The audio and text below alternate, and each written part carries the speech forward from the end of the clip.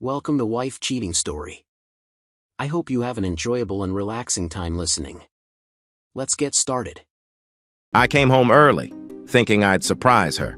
Anniversary, right? Instead, I walked into my own personal hell. There she was, my wife, tangled with some stranger in our bed. 7 years down the drain. She had the nerve to tell me to get out, to let them finish. I didn't scream. I didn't cry. I just left, my heart shattered. But trust me, I'm no victim. Forgiveness? Hell no. I want her to burn. She took everything from me, and now it's my turn. Love? It's dead. Now all that's left is revenge. My name is Nathan Howell. At 37, I thought my life would follow the plan I had. But that changed on an anniversary when I came home early from work. I work as a bank manager, and I wanted to surprise my wife. Instead, I walked in to find her with another man in our home. It was shocking, and she actually told me to leave so they could continue. So that's what I did. I drove straight to a motel. I knew I could never go back to that house. The memory of what happened there was too painful. A bit about our past. We got married young, thinking we were in love. Our daughter was born a year after we wed, and our son came 2 years later. I know what you might think, maybe they aren't my kids because of what she did. But I checked, and they are mine. In that motel room, I paid in cash to keep my location secret. Our shared credit card could be tracked, and I didn't want her to know where I was. Money wasn't a problem, I made a good income, and a promotion was coming up. My main goal was to find the best divorce lawyer in the city and protect what was mine. I wasn't planning to give her more than necessary in the settlement. I knew she was trying to reach me, but I never picked up. Then the texts started. She kept saying I could come home, that it didn't mean anything, and we could move on if I stayed calm. As the evening came, I realized our kids would soon be home, expecting to celebrate our anniversary together. At that moment, I thought she had lost her mind. Did she really think I would want to celebrate after what I had just seen? I couldn't believe it. Then my daughter called. I hated to lie to her, but I was not going back that night or ever, except to gather my things. "Hi, sweetie," I picked up after preparing myself. "Dad? Where are you? Mom's really worried." That's good, I thought.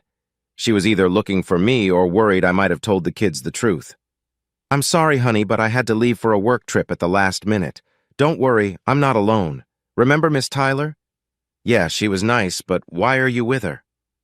A little smile crept onto my face at the thought of my ex's reaction. She didn't like Miss Tyler, but I never knew why. "Oh, the person who was supposed to present at the conference today got sick and couldn't make it. My boss asked me to fill in and Miss Tyler." Tyler was already leaving, so we decided to travel together. "But when will you be back?" "I'm not sure, maybe a week, miss. Tyler wants to see the city while we are there, so—" Just then, I heard the phone being taken from my daughter's hand. "Nat, you need to come home right now. It's Nathan or Mr. Hal to you."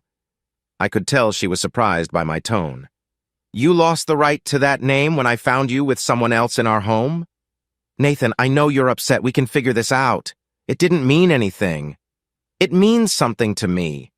"Fine. If you want to act like a hurt child and not talk this out like grown-ups, that's your choice. If you want to stay away, that's fine. But remember, I won't be alone in this house." "Go ahead, you're dead to me now," I heard her gasp as I ended the call. From that moment, things went downhill fast. The next day, she came home to find the house empty of anything that belonged to me. I had hired movers to pack everything quickly, so I wouldn't need to return to that house. I put everything in storage across town, paying in cash for 3 months until I could find an apartment. "I'm sorry to hear you are having such a hard time. I know how important it is for you to keep a close bond with your kids during this tough period. My marriage might be ending, but I wasn't going to disappear from my kids' lives. I had an appointment with a lawyer the day after I moved out. I also closed our joint bank account and moved half the money to a new account in her name while setting aside some cash elsewhere for safety. I found a bit of humor in that. I made a scene of getting rid of my wedding ring at work, which probably started some rumors. After talking to my lawyer, we decided to hire someone to follow my ex-partner's movements. Things got serious when she was served with the papers. I wished I could have seen her face. The investigator uncovered some interesting details that I found satisfying. I learned that those who had crossed the line with my ex-partner faced their own issues, especially her boss, who lost a lot during his own divorce because of an agreement about cheating. Still, I missed my kids more than anything. My ex-partner wasn't following our visitation schedule, but my lawyer was taking care of it. I didn't have to be there, but I heard the judge warned her that if she missed more visitations, there would be serious consequences. My first visit with the kids was not what I had hoped for. They blamed me for the changes in our family. I tried to explain that I wasn't the reason for our separation. I had uncovered something that led to our situation. The day my life turned upside down was during lunch with my 16-year-old daughter. "Dad, do we have to keep doing this?" she asked. "What do you mean, honey?" I replied, puzzled, especially since my ex-wife was nearby. "I mean, do we have to keep coming on the weekends?" My heart sank at her words. "Do you not want to see me?" I asked calmly as I set my drink down. "I don't mean that. I just think we could see each other on birthdays and holidays." "Is that what you want too?" I glanced at my nearly 14-year-old son. "Dad, why do you have to make such a big deal about it? It's just a change." I could feel the heaviness of the moment and the struggles we were all experiencing. "Can't we just go back to how things were?" My eyebrow twitched when my son wouldn't meet my gaze. "So I'm just a gift giver to you? Is that all I'm good for? That doesn't work for me. I'm your father, or I'm not. You decide," I said firmly. I hoped they wouldn't listen to their mother's influence. Apparently, I was wrong. "Well, Mom's boyfriend is nice. He takes us places when you aren't around." "You knew!" I raised my voice, accidentally spilling my drink, making my kids jump. "Fine. If you don't want me as your father anymore, then I'm out. Have a good life." With that, I walked out of the restaurant. Did I hear them calling after me? Of course, but I didn't look back. When your kids don't want you, it's hard to stay in the same city. I was heartbroken. I had been there for them every game, every moment. Why? Because that's what a father does. He supports his children, especially the ones who care. So when I got offered a promotion that required a move to Charlotte, North Carolina, I didn't think twice. I sold off the things I had bought for my kids, believing they would want to be with me when I got a bigger place. Why keep reminders that only hurt? Did they try to call? Yes. Did I answer? No. If they didn't want me, it was better for my heart to not hear their voices. A heart can only be broken so many times before it can't heal. When it was time to sign the divorce papers, my ex-wife brought her new partner along. "This didn't have to happen, Mr. Hal," she said with an arrogant smile that faded when she saw my anger. "We could have worked things out between us, but you had to throw away 17 years. No, you did that when you let someone else into our lives, so don't blame me. I couldn't keep being strung along any longer. Okay, I'll admit I made mistakes, but what? I had a good time doing it." I looked down as my lawyer touched my arm, stopping me from reacting too quickly. "Miss Smith, we are not here for you to upset my client. If that is why you are here, this meeting is over, and we will see you in court," my lawyer said as she gathered her papers and stood up. Okay, my ex-wife sighed. The good thing that came from all this was no alimony. She thought someone cared for her and that they were planning a future together before everything settled down. I believe that if they are meant to be together, they should earn their place in each other's lives. I took out my checkbook, looking forward to signing the one check that felt important, the full amount for child support for the next 6 years. I handed it to my lawyer and included a memorable note in the memo section. After signing the divorce papers and noticing a slight smile on my lawyer's face as she read my note, I slid the check across the table and stood up. I no longer wanted to stay in that room. "What's this?" "That's the full amount for your child support. Don't expect another check," I heard my lawyer say as I left my old life behind. "He can't do that." "There is no law preventing Mr. Hal from paying the full amount for his child support all at once." "Nathan!" I heard her call out, but I didn't respond. That was the last thing she would get from me. I gave my lawyer my new address at the condo the company had provided in Charlotte so she could send the divorce papers when they arrived. Truthfully, I wanted to forget everything. I didn't want reminders of our time together. I left within an hour after signing the papers, feeling no reason to stay in that city. A few days after I left, My parents told me how upset the kids were when they found out I no longer lived in that apartment. I'd like to say I didn't care, but they were still my kids, even if they felt distant. It was strange that they would visit the place. Maybe it was because I hadn't answered their calls in over 3 weeks, or perhaps I wished they understood the consequences of their actions. Either way, it was too late. They made their choices, and now it was time for me to move on. They urged me to speak with them and share my new number, which I changed the moment I left, but I firmly said no. They wanted this. I did not. It was time for them to learn that actions have real effects, even if it hurt me to think about it. 7 years later. I'm 44 now, and I'll admit my wife would say I was quite upset during my first 2 years in Charlotte. Arriving in my new city without my family left me with little in the way of friends. I devoted myself entirely to my work, and without a strong social life, I focused on my health as well. Although I may have started with a bit of extra weight, I focused on my responsibilities above all else, no matter how things turned out. I met my second wife, Catalina, after my second year at my job. I must say, she impressed me when she walked into my office and demanded I share what was bothering me. I nearly fell out of my chair, laughing at her boldness. I had seen Catalina around the building, but only briefly at that time. "So you can laugh and smile," she said in a warm, inviting voice. I won't admit it to her, but I was somewhat enchanted by her. No one had ever spoken to me like that at work. I had a serious demeanor that seemed to say, "Stay away." Yet here was this small, confident woman expressing herself to the regional manager of the business. Catalina had beautiful, smooth hair and warm brown eyes that always seemed kind, unlike mine at the time. I tried to keep our meeting professional, but my eyes wandered. "Nathan Howell," I introduced myself as I stood up. "Catalina Rodriguez," she replied with that radiant smile. Thus began my journey to rebuild my life at 39. Don't get me wrong, Catalina didn't jump into a relationship right away. It took 3 months to build a friendship before she even considered dating me. We learned about each other's pasts during that time. Catalina had been hurt when she found her then-fiancé with someone else. I felt for her and tried to comfort her by saying it was better she learned the truth early, unlike my experience years later. Slowly, the anger I had started to fade. I made sure with HR that dating Catalina wouldn't be an issue since she worked in a different department. By our 4th date, we really connected. I had wished for this sooner, but Catalina was cautious about getting close to a man again. I understood her feelings, as it had taken me 2 years to trust again after my previous experience. Being with Catalina was a completely different experience compared to my past relationships. When children became a topic in our conversations, I fell silent and she noticed I was holding something back. She certainly picks the strangest times to talk about serious things, and I was surprised when she asked me why I didn't want to discuss children during a fun moment. "They cut ties with me." I looked away. The pain was still fresh even after so long. "What?" She seemed shocked.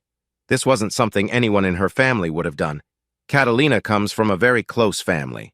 By the time I met them, they were a wonderful group, even though I knew they were talking about me in Spanish. I didn't tell Catalina that I was taking Spanish classes because it felt like something special to keep for someone I cared about. So when she got upset, I understood why. I can be a bit clueless sometimes. I'm human after all. "Oh, sweetie," Catalina said as she gently held my face to catch my attention. "I'm so sorry they treated you this way." I felt grateful for her kindness and found comfort in her presence as I talked about my day. "Have you ever thought about having more?" My eyes opened wide at her unexpected question. "Catalina?" I know, but we've been together for a year now and time is moving fast." She was 33 at the time. "I love hearing you talk about anything. I appreciate that you let me share my thoughts without trying to solve everything." Trust me, she can express her feelings with a lot of energy. Sometimes I admit I might tease her just to see her passionate side. "I know we have both faced our obstacles, but I want this. I want you." "What are you saying, Catalina?" I asked after she let go of my face. "I'm saying." She looked a little shy in that moment. "I want to have a child, and I want you to be the father." "Sweetheart, is this really the right time to bring this up?" I asked. She had a unique way of starting big conversations at the least expected times. "There's no better time than now." she said with a smile. That's why I stopped my birth control. I know you've been hurt before, and I get that it took time for you to trust again, but I hope I've shown you that I'm not like the person who caused you pain. No, you are definitely nothing like her, I replied. But won't your parents be unhappy if you have a child without being married? I knew they held strong beliefs and would likely disapprove. That was when I noticed a playful smile on her face, and I realized I had walked into her little game. What are you trying to say, Mr. Hal? Are you suggesting that you want to marry me? As she asked this, she leaned closer, resting her hands near my head. Her long, dark hair framed her face, and all I could see was her kind expression. If you are, just know that I will be the best partner you could ever have. You will always be taken care of because I am never going to let you go. Did I really want to get married again? Was I ready for such a big step? Honestly, I didn't know for sure. But when I looked into her brown eyes, I couldn't picture my future without her. I realized that saying no would end our relationship, and the thought of losing her was harder to bear than my past struggles. Yes, I said softly in Spanish. I didn't want to let on that I could say more than just yes or no. I was still learning the language, but I understood a lot. I saw her eyes fill with warmth and emotion. That weekend, at Catalina's family gathering, I spotted her surrounded by her mother, aunts, female cousins, and her two sisters, all talking excitedly in fast Spanish. Her uncle was quite loud, making it hard to hear clearly. As I took a sip of my drink, I noticed how the women changed from focused to shocked and then joyful, jumping from their seats to hug Catalina. Her mother soon came over to me, speaking quickly in Spanish. She could speak English well, but when her feelings came up, she switched back to her native tongue. I caught her saying, my son, as she kissed my cheeks, her eyes shining with tears. I'll only move forward if I have your and Hector's blessing, I said in the best Spanish I could. Everyone turned to look at me in surprise. They didn't know I could understand their language. I couldn't speak it perfectly yet, but I could say a few things. Nathan, when did you learn Spanish? Catalina asked in English, her voice filled with excitement. I think she realized I wanted to connect with her culture and be a part of her family. The moment you said yes to our first date, I replied in Spanish, watching her cover her mouth with joy, tears sparkling in her eyes. Are you fluent? Her mother asked, continuing in Spanish. No, I'm still learning. I understand you well, but I can't pronounce everything perfectly. Yet, I answered. You'll get there. See, Catalina? He's definitely a great fit for you, her mother said with a proud smile. And I'm never letting him go, Catalina said dreamily, and she truly meant it. From then on, we spoke only Spanish during our gatherings so they could help me improve. Catalina took her teaching to a new level. If her methods were used in schools, learning languages might be easier, though I wasn't sure her way would work in a classroom setting. When it was time to tell my parents that I was remarrying, I felt anxious about returning to that city after 3.5 years. I knew my daughter would be in college if she chose to go. After everything that had happened, I needed some space to deal with the loss of my children, who meant so much to me. It wasn't that my family didn't know I was dating again. They just didn't expect to see me back at my childhood home with Catalina beside me. Were they happy to see me? Yes. Did they urge me to reach out to my children? Absolutely. Did I? Not at all. I wasn't ready to reopen that chapter. Although they were pleased for us, I could see a hint of disappointment in their eyes at my choice not to reconnect. We stayed until Sunday afternoon before going to the airport. As we left, I thought I spotted my daughter in an old car. She hit the brakes suddenly, and my heart raced at the possibility it was her, but I didn't stop. 6 months later, Catalina and I got married. I invited my parents, but they were unhappy that I didn't invite my kids. They had chosen their side and didn't want me in their lives.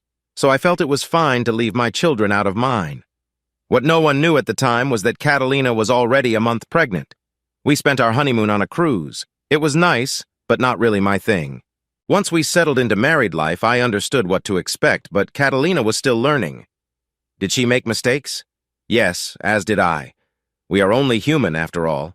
Did her moments of emotional ups and downs test my patience a bit? Yes, just as my own habits tested her. But we talked things out and worked through everything together. We were open and supportive, unlike my earlier experiences. Then came the big day when Catalina's water broke while she was at her desk. I received the call right away and rushed to her side. Our daughter, Alondra Hal, was born at 2 in the morning, crying out as if to celebrate her arrival, with beautiful dark hair like her mother's. As I stood there, I saw Catalina cradling Alondra, and I was amazed as I watched her look down at our daughter with so much love. "I love you so much," Catalina said, holding my hand. "You've given me the most perfect gift." Even after the hard work of childbirth, she looked stunning.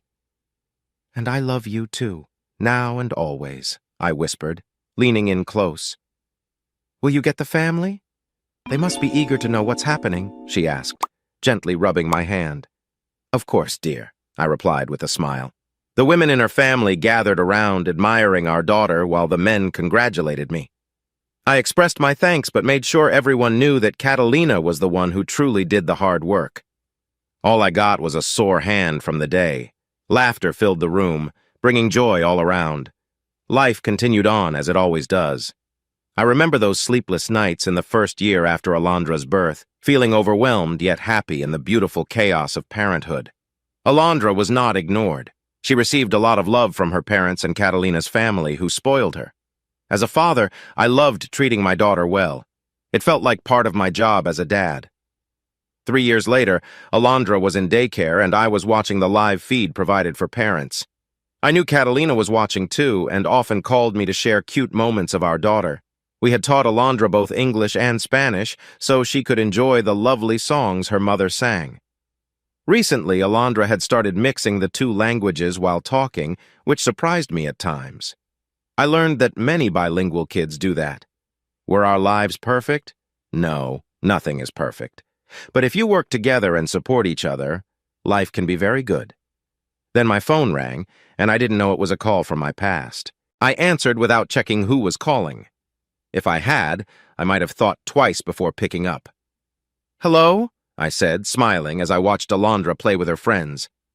"Dad?" My heart raced at the urgency in her voice. "Dad, please talk to me."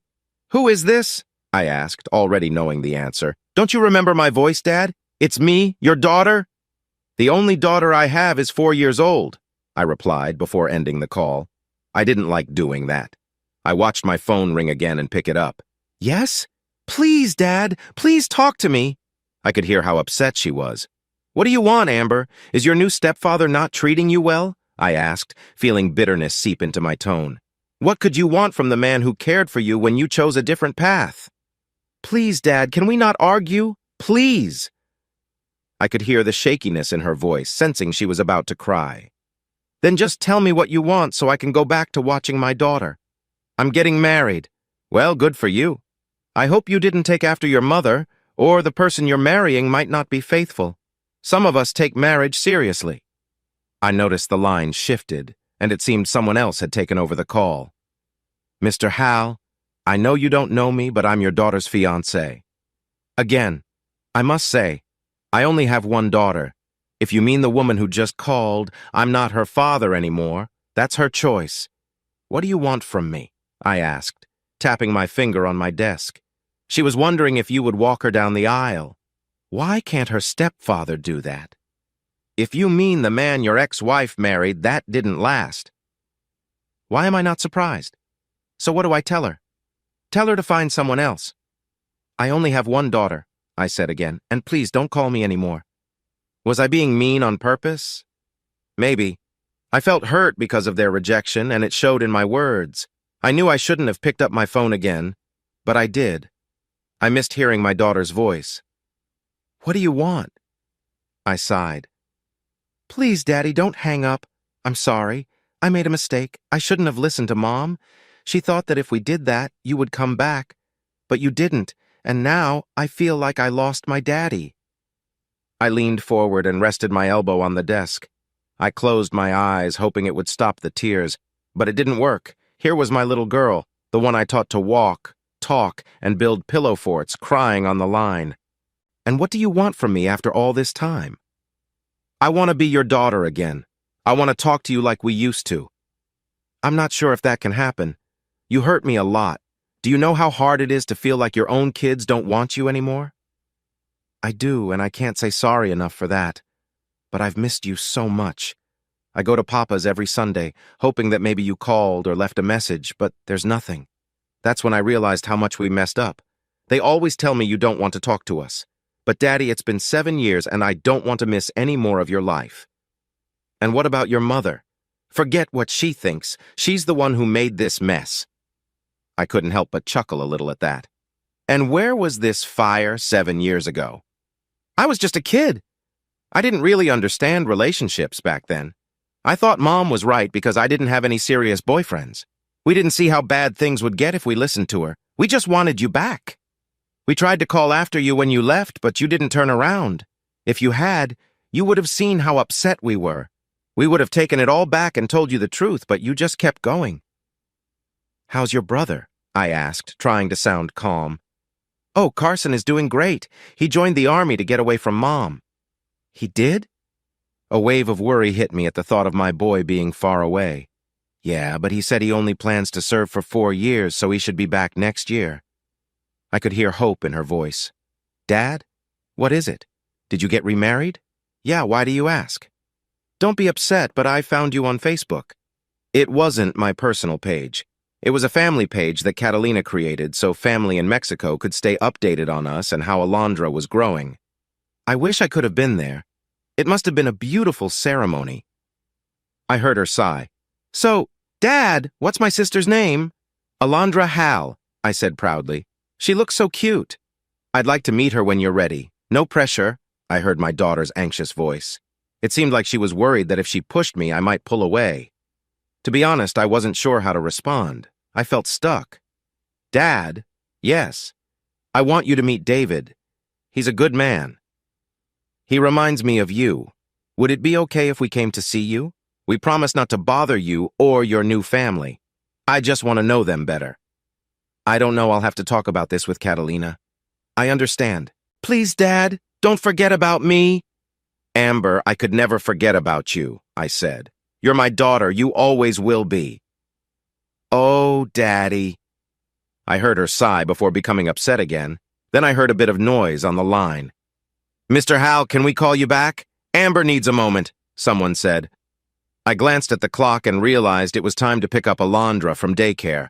It was my turn today. Catalina and I took turns so one of us could have a break before going home to our lively 4-year-old. I love Alondra, but sometimes she can really test my patience. But that's part of growing up, finding the limits of life. I need to pick up my daughter from daycare. She can call back in an hour, I said, gathering my things and closing my briefcase as I stood up. I understand, I'll let her know. I took out my cell phone and opened a file I hadn't looked at in years because it brought back too many memories. A tear fell as a photo of my daughter appeared on the screen. It was taken when she was 14. I wondered how different life could have been if I'd made different choices. I missed her so much. I closed the photo and called my wife. "Sí, amor?" Catalina's warm voice greeted me.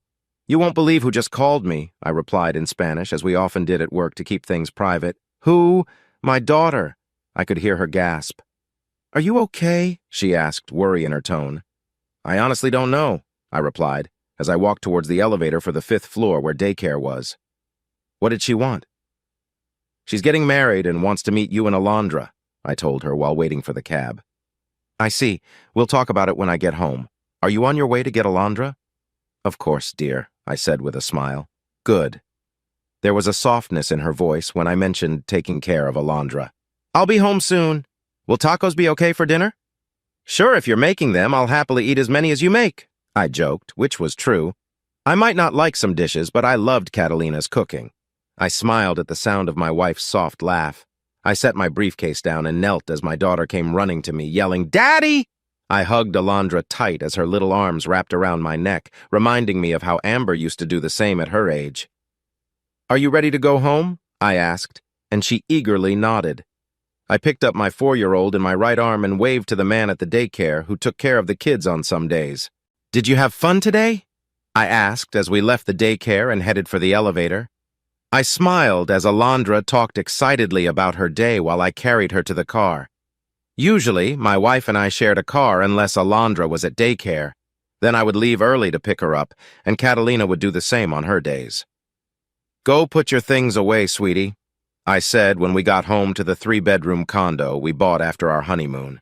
The place from my job wasn't big enough for us after Alondra was born. My heart filled with joy as I heard my daughter's little feet running to her room. I was in our bedroom changing out of my suit when my phone rang. "Hello?" I answered. "Dad?" My heart skipped at the sound of my son's voice. "Dad, I put Carson on a 3-way call with us. I hope that's okay. He wanted to talk to you too," he said. "And how did you get my number?" I asked, walking back to the living room where Alondra sat at her little table with coloring books and crayons. I went to the kitchen, got Alondra's favorite cup from the cabinet, and poured her a glass of apple juice. I put the lid on and added a straw to help avoid spills. "Here you go, honey," I said lovingly, placing her drink in front of her. "Thanks, Daddy," Alondra said with her bright smile. "You're welcome, my love," I replied, seeing her cheeks blush like her mother's. "Dad, who was that?" Carson asked, sounding puzzled. "My daughter," I said honestly, settling onto the couch. "Your little sister," I added, noticing Alondra perk up at that. "Daddy? Do I have a brother?" Alondra asked, switching to English as she often did. I was used to it, so I just went along with it. "You do?" I nodded. "And a sister, too." I smiled as my daughter jumped from her chair and ran around the table, climbing into my lap. "Daddy, I want to listen too," Alondra said, her curious eyes looking up at me. "Okay, sweetie," I said, lowering my phone and putting it on speaker. "Carson, Amber, I'd like you to meet your sister, Alondra Hal." "Say hi, baby," I encouraged her while I gently rubbed her back. "Hola!" Alondra said happily as she bounced on my leg. "English, sweetie. They don't know Spanish," I reminded her, and she nodded in understanding. "Hello, little sister, I'm your big sister," I heard Amber's voice shake a little. "Hi, where are you? Are you close? Are you coming over?" Alondra asked quickly, her excitement shining through. "That would be hard for me, little sis. I'm in California right now. But I really want to meet you," Carson said, his voice wavering with emotion. "Amber told me you joined the army. I did. I needed a change. Things got tough after you left. I'll explain later." "No, don't. I don't care about all that. It's in the past, and I'd rather keep it there," I said firmly. "Okay," I heard my son sniff. "So, Dad, I heard you got married again." "I did, and she's an amazing woman," I said with pride. "I hope I can meet her, only if you're okay with it. I know I said something hurtful that day. I've regretted it for years. Can you forgive me? I think we all handled that day poorly. I let my feelings take over, but it really hurt me." "I know, Dad, and we can't say sorry enough for that. But can we try to fix our relationship? David and I really want to be part of your lives," Amber added. "First, answer my question. I found it at Papa's one day while helping clean a room. They said they've been waiting to give it to us, but you always said no." "Ah, that was true. I often said no." "Amber," I nodded when Alondra looked at me, silently checking if she said it right. "Where do you live?" "In Dad's old hometown. I never left." "Kansas City, honey. I'll show you later," I said when Alondra looked up at me, puzzled. "Poppy, when can I see my brother and sister?" That caught me off guard. "Dad, why does she call you Poppy?" Carson asked, confused. "Because she's part Latino, and Poppy means dad, father, or daddy," I explained. "Really? You married a Latino woman?" I could hear the surprise in my son's voice. "I did. Best decision I ever made. Otherwise, I wouldn't have this little one," I said, playfully tickling my daughter and listening to her giggles. "Poppy, stop!" Alondra said between her laughter. So we chatted away as 10 minutes turned into 20, then an hour, before Carson had to say goodbye to head off to his duty station. I agreed he could call later when he was off duty. Amber left after a teary goodbye to us both. With Alondra standing on the couch between my legs and my chin resting on her shoulder, we took a picture together and sent it to Carson and Amber. Then my son sent a picture back of himself in his uniform. I had to admit, my son looked great in his uniform. I was very proud of him, even with my concerns. It takes a lot of bravery to serve, no matter the reason. Then I saw the picture of Amber and David together, and I noticed my daughter trying hard not to cry. She had grown so much while I was away, and I regretted missing those years with them. But we could only look ahead now and hope to make up for lost time. Catalina came in that evening at her usual time, right at 5:30. I never worried about her sneaking off like some others because I knew her family would not accept it if she broke her promises. I trusted Catalina much more than I had in the past. It's funny how you often realize things too late. Mi amor, te he extrañado, Catalina sighed as she sat next to our daughter. This was her favorite phrase whenever we were apart for a long time. It means, my love, I've missed you. I missed you too, I replied before hugging her, feeling grateful for our bond. Do you want to talk about today? Catalina asked gently, noticing my worry. I think I do, I replied. Mi amor, she said to Alondra, why don't you turn on your cartoons while your papi and I have a little talk, okay? Okay, Alondra said happily as she rushed to the TV. Catalina got up, taking my hand to guide me to the kitchen. She enjoyed talking while cooking, and I often admired how dedicated she was to making our meals. She had a real talent for it, and always joked that I should stay out of the kitchen due to my lack of cooking skills. If she wants to cook, I'm happy to let her, although I make sure to help with cleaning up after she does the work. That's how a marriage should be, both partners doing their part. Plus, I must admit she is much better at cooking than I am. I told her about the conversation Alondra and I had with Carson and Amber and how they had sent us pictures. He looks just like you, Catalina remarked when I showed her Carson's picture. Oh? They look so good together, she said when I showed her the photo of David and Amber. So, honey, what do you want to do? She asked, giving me that familiar look. I knew she felt uneasy about my distance from my children, but she never pushed me to talk about it, understanding it was hard for me. To her, family should stick together no matter what. I want to see my daughter. I want to see my son. I just want to hold them again, I said, raising an eyebrow when Catalina started smiling. About time, she said, wrapping her arms around me and giving me a sweet kiss.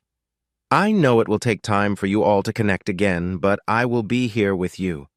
I am your wife, and I will always be by your side, she said as she looked up at me with a kind smile. Are you excited to be the mother of 2 more kids? I asked. Catalina nodded enthusiastically. She came from a big family, and I knew she wanted more children. We planned to wait until Alondra started kindergarten before trying for another baby.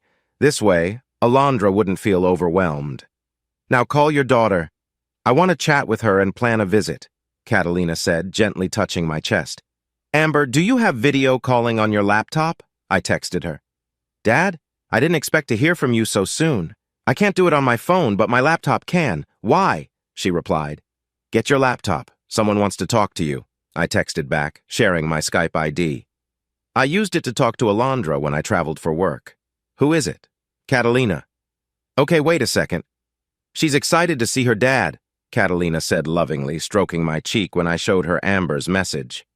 Relax, it's going to be fine, she assured me, noticing my nerves after being apart from my daughter for 7 years, just as my Skype ringtone rang. Dad! Amber shouted happily when the call connected. Hello, sweetheart, I greeted her, smiling at my now 23-year-old daughter. I wasn't the only one feeling emotional at that moment. As I leaned against the counter by the stove to make sure the camera caught both of us, I introduced them. Amber, meet Catalina. Catalina, this is my oldest daughter, Amber. Hello, Catalina said warmly. Hello, Amber replied, her voice shaking. It's okay to cry. This is a happy moment. If you need to, go ahead, Catalina said with a motherly tone. You must be David, she said, as we saw Amber's fiancé sit down beside her, comforting her as happy tears rolled down her cheeks. I am. It's nice to meet both of you, David said politely. I'm sorry. I promised myself I wouldn't cry again today, Amber said as she wiped her eyes. Amber, it's perfectly fine. Feel your feelings, it's natural.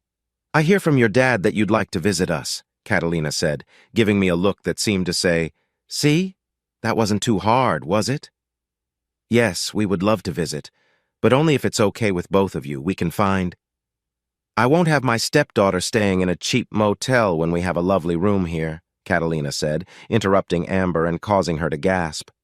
In my family, everyone is welcome here, and you are family. I'm sorry it took your father so long to notice, but he can be a bit stubborn, she said with a teasing smile. We're talking now.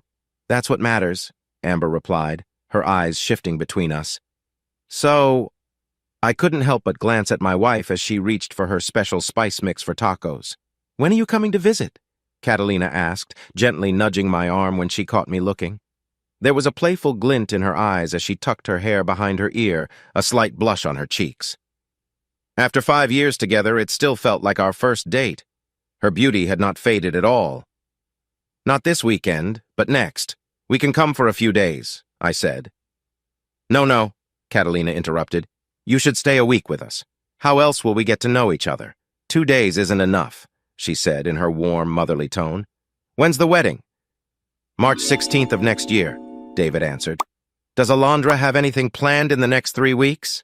Catalina asked, glancing at me, expecting me to remember. No.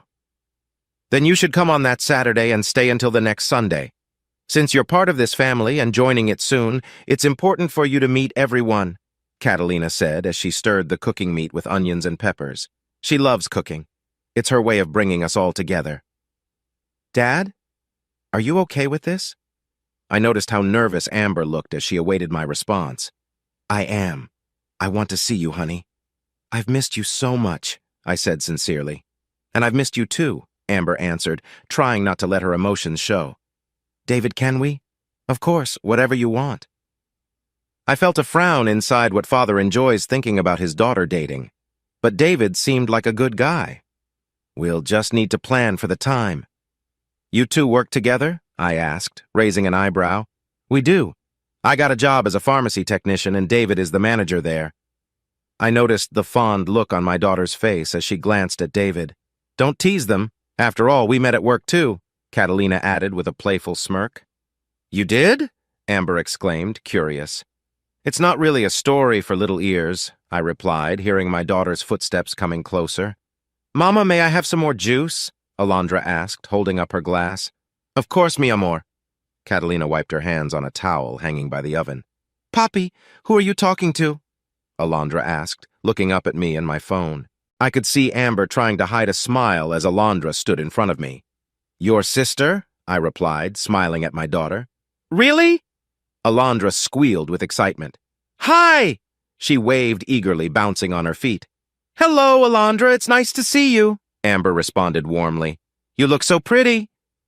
Are you coming to visit? Alondra asked again. I will be there soon, and thank you, you're so sweet, Amber replied with a nod. I know, Alondra said with a big grin, clearly happy.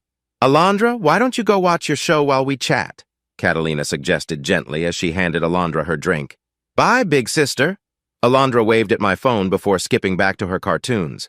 A moment later, she returned to the kitchen, proudly showing a drawing she had just finished.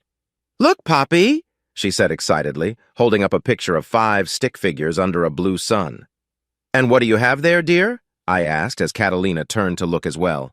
A picture of all of us, Alondra said proudly. Oh, yep, that's you, Mama, my brother and sister, and that's me. She pointed to each figure in the drawing. But why is the sun blue? Because it's pretty, Alondra answered, as if it were the most obvious thing. It made perfect sense to her, and I had no plans to say anything negative about my daughter's artwork. That wouldn't be right as a father. Shouldn't we hang it on the fridge for your sister to see when she comes? I suggested, to which Alondra nodded firmly. Go ahead and let your Poppy and I finish our talk with your sister, Catalina said, guiding Alondra out of the kitchen after she had placed the picture on the fridge. Okay, dinner is almost ready. We should say goodbye for now. It was great meeting you. I've been looking forward to this since your father told me about you. But you know how stubborn he can be, Catalina said, making Amber giggle. You both have a good night and don't hesitate to call. We will. Bye, Dad. I love you. We'll call when we know more about our vacation, Amber said, pressing her fingers to her lips and then lightly touching the screen on her laptop. Now the handsome father should set the table, Catalina said, giving me a look that promised a fun evening. Those tacos were delicious. I ate 4 that night. As I walked Alondra to her bedroom, I glanced back at my wife, who moved gracefully to our bedroom on the other side of the condo. Those 20 minutes were the longest wait I ever had, knowing my wife was just across the home preparing for our time together. The sweet scent she always wore filled the air as I settled in for Alondra's bedtime story. Sometimes, our busy life with a young child made us too tired for romance, but that didn't mean we didn't enjoy being together. I could feel the evening shaping up nicely, making it hard to focus on the story I was reading. Let's be honest, they felt amazing no matter what. "So, is my love ready for the adventure of a lifetime?" Catalina asked, her brown eyes shining as she looked at me. "Take me to paradise," I responded, noticing her eyes widen and then narrow as my words sunk in. "Paradise, huh?" Catalina said with a smile, her finger playfully resting on my chest while I stepped back and gently fell onto the bed. "Have you met yourself?" I asked with a playful grin. "Definitely paradise." "Is that so?" Catalina laughed, and her joy filled the space around us. "Lead the way," I said, excited to share the moment. Her eyes always held warmth whenever we were near, and she shifted off my lap to sit on the bed. "Nat!" Catalina exclaimed in surprise as I leaned in closer. Don't stop," she teased. Her laughter filled the room as we enjoyed each other's company, exchanging light-hearted jokes and kind touches. "So, are you ready to reach for the stars?" Catalina asked playfully as we shared this close moment. "Oh, absolutely," I answered, eager for what lay ahead. I noticed a smile on my wife's lips as she sat up slightly. My fingers wrapped around the bed cover as we enjoyed our connection. "Just relax and enjoy as I guide you to your dreams," Catalina said softly as she began to move closer. While I loved being near her, I wanted to contribute too. It felt only fair. So I changed our positions, noticing her lovely dark hair around her as she looked up at me with care. Her mouth opened in a soft smile as I held her close, feeling the warmth between us. I cherished these moments, especially when she showed her feelings in sweet ways. That night was filled with quiet whispers between two people in love, sharing gentle words with one another. Life goes on, and the next day, Carson called. I didn't mind that he didn't reach out the night before. It would have been late when he got off duty. He didn't want to wake Alondra, which I understood.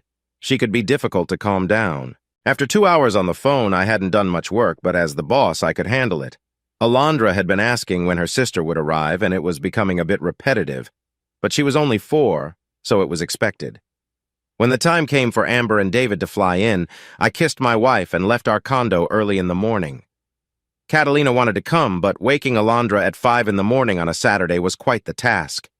During the drive to the Charlotte Douglas Airport, I felt nervous. As I stood waiting for my daughter's flight to arrive, my eyes stayed glued to the arrival board as I paced back and forth. I saw the airport workers watching me, but they didn't come over. Then I caught sight of Amber as she and David moved through the crowd. I saw him nod, and then Amber ran towards me. "Dad!" Amber shouted happily, opening her arms wide. I noticed tears shining in the bright airport lights as they streamed down her face. "Dad?" Her voice was a little muffled as she hugged me tightly. I hugged her back just as hard. It had been 7 long years since I last saw my grown daughter. I wasn't going to let her go. A few people looked at us with curiosity, but I didn't mind. We held on to each other, soaking in the moment. I noticed David standing patiently nearby. He seemed tall, around 6 feet 1 inch, and his neatly cut brown hair showed he took care of how he looked. His face was clean-shaven and had a warm tone to it. His clothes weren't fancy, but they did show he wanted to make a good impression. "Dad, I want you to meet David," Amber said, wrapping her arm around her fiancé after letting me go. "David Callister," he said, reaching out his hand to shake mine. "Nathan Hal," I replied, noticing his strong grip. "Dad, where are Catalina and Alondra?" Amber asked, glancing around. "Can you believe how tough it is to wake up a 4-year-old at 5 in the morning on a Saturday when there are no cartoons?" I replied with a smirk. "Catalina stayed home with her." "Right," Amber said, looking a bit shy. "Are these all your bags?" I asked, noticing the suitcase David was carrying with one hand. "Yes, sir," David said politely. "Let's go. My car is this way," I said, pointing toward the exit. About halfway to my car, my phone rang. "Hey, honey," I said, recognizing my wife's name on the screen. "Hello, mi amor. Has their flight arrived yet?" I could hear her moving around. "Yeah, we're walking to the car now. We should be home in about 30 minutes, traffic willing," I said, pulling out my key fob and hearing my car unlock as we got closer. "Okay, I'll start breakfast and make some coffee. Can Amber eat eggs?" "Yes, let me check with David," I said, turning back to them. "You're not allergic to eggs, are you?" "No, I love them," David said with a big smile. He can eat eggs, I replied, knowing what she was planning to cook. Great! It will take some time to prepare the veggies, so we'll wait for you three to get home. Drive safe, baby. I could hear the warmth in her voice as she prepared her special version of an omelet. Always, honey, I answered, pressing the trunk button on my key fob. Te amo. I could picture her cheeks turning a gentle shade of red. I love you too. Dad, when did you learn Spanish? Amber asked as David put their bags in the trunk of my car. After I asked Catalina out on our first date, I answered honestly. Oh? Amber's eyes got wide. You must have really liked her to do that. Yeah, I was really into her, just don't tell her that, I said with a smile. Does she know you did? Amber asked as David closed the trunk. Yeah, I replied as I moved to the driver's door. Did you ever do that for... My eyes sharpened at Amber as she almost said that name. I tried my best to make her happy, but it just wasn't enough for her, I said, feeling a bit upset. Sorry, Dad. I didn't mean to bring it up. Let's just forget it. I promised myself I wouldn't mention the past, and I'm sorry I couldn't keep that.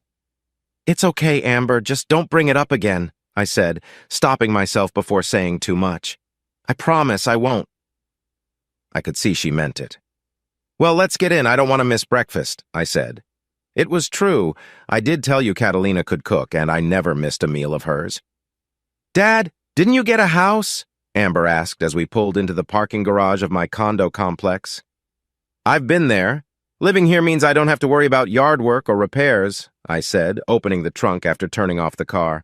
Plus, it's close to work, and I'm not buying a house in this city. The taxes are crazy, I said, pretending to be shocked. So, David, are you two looking to buy?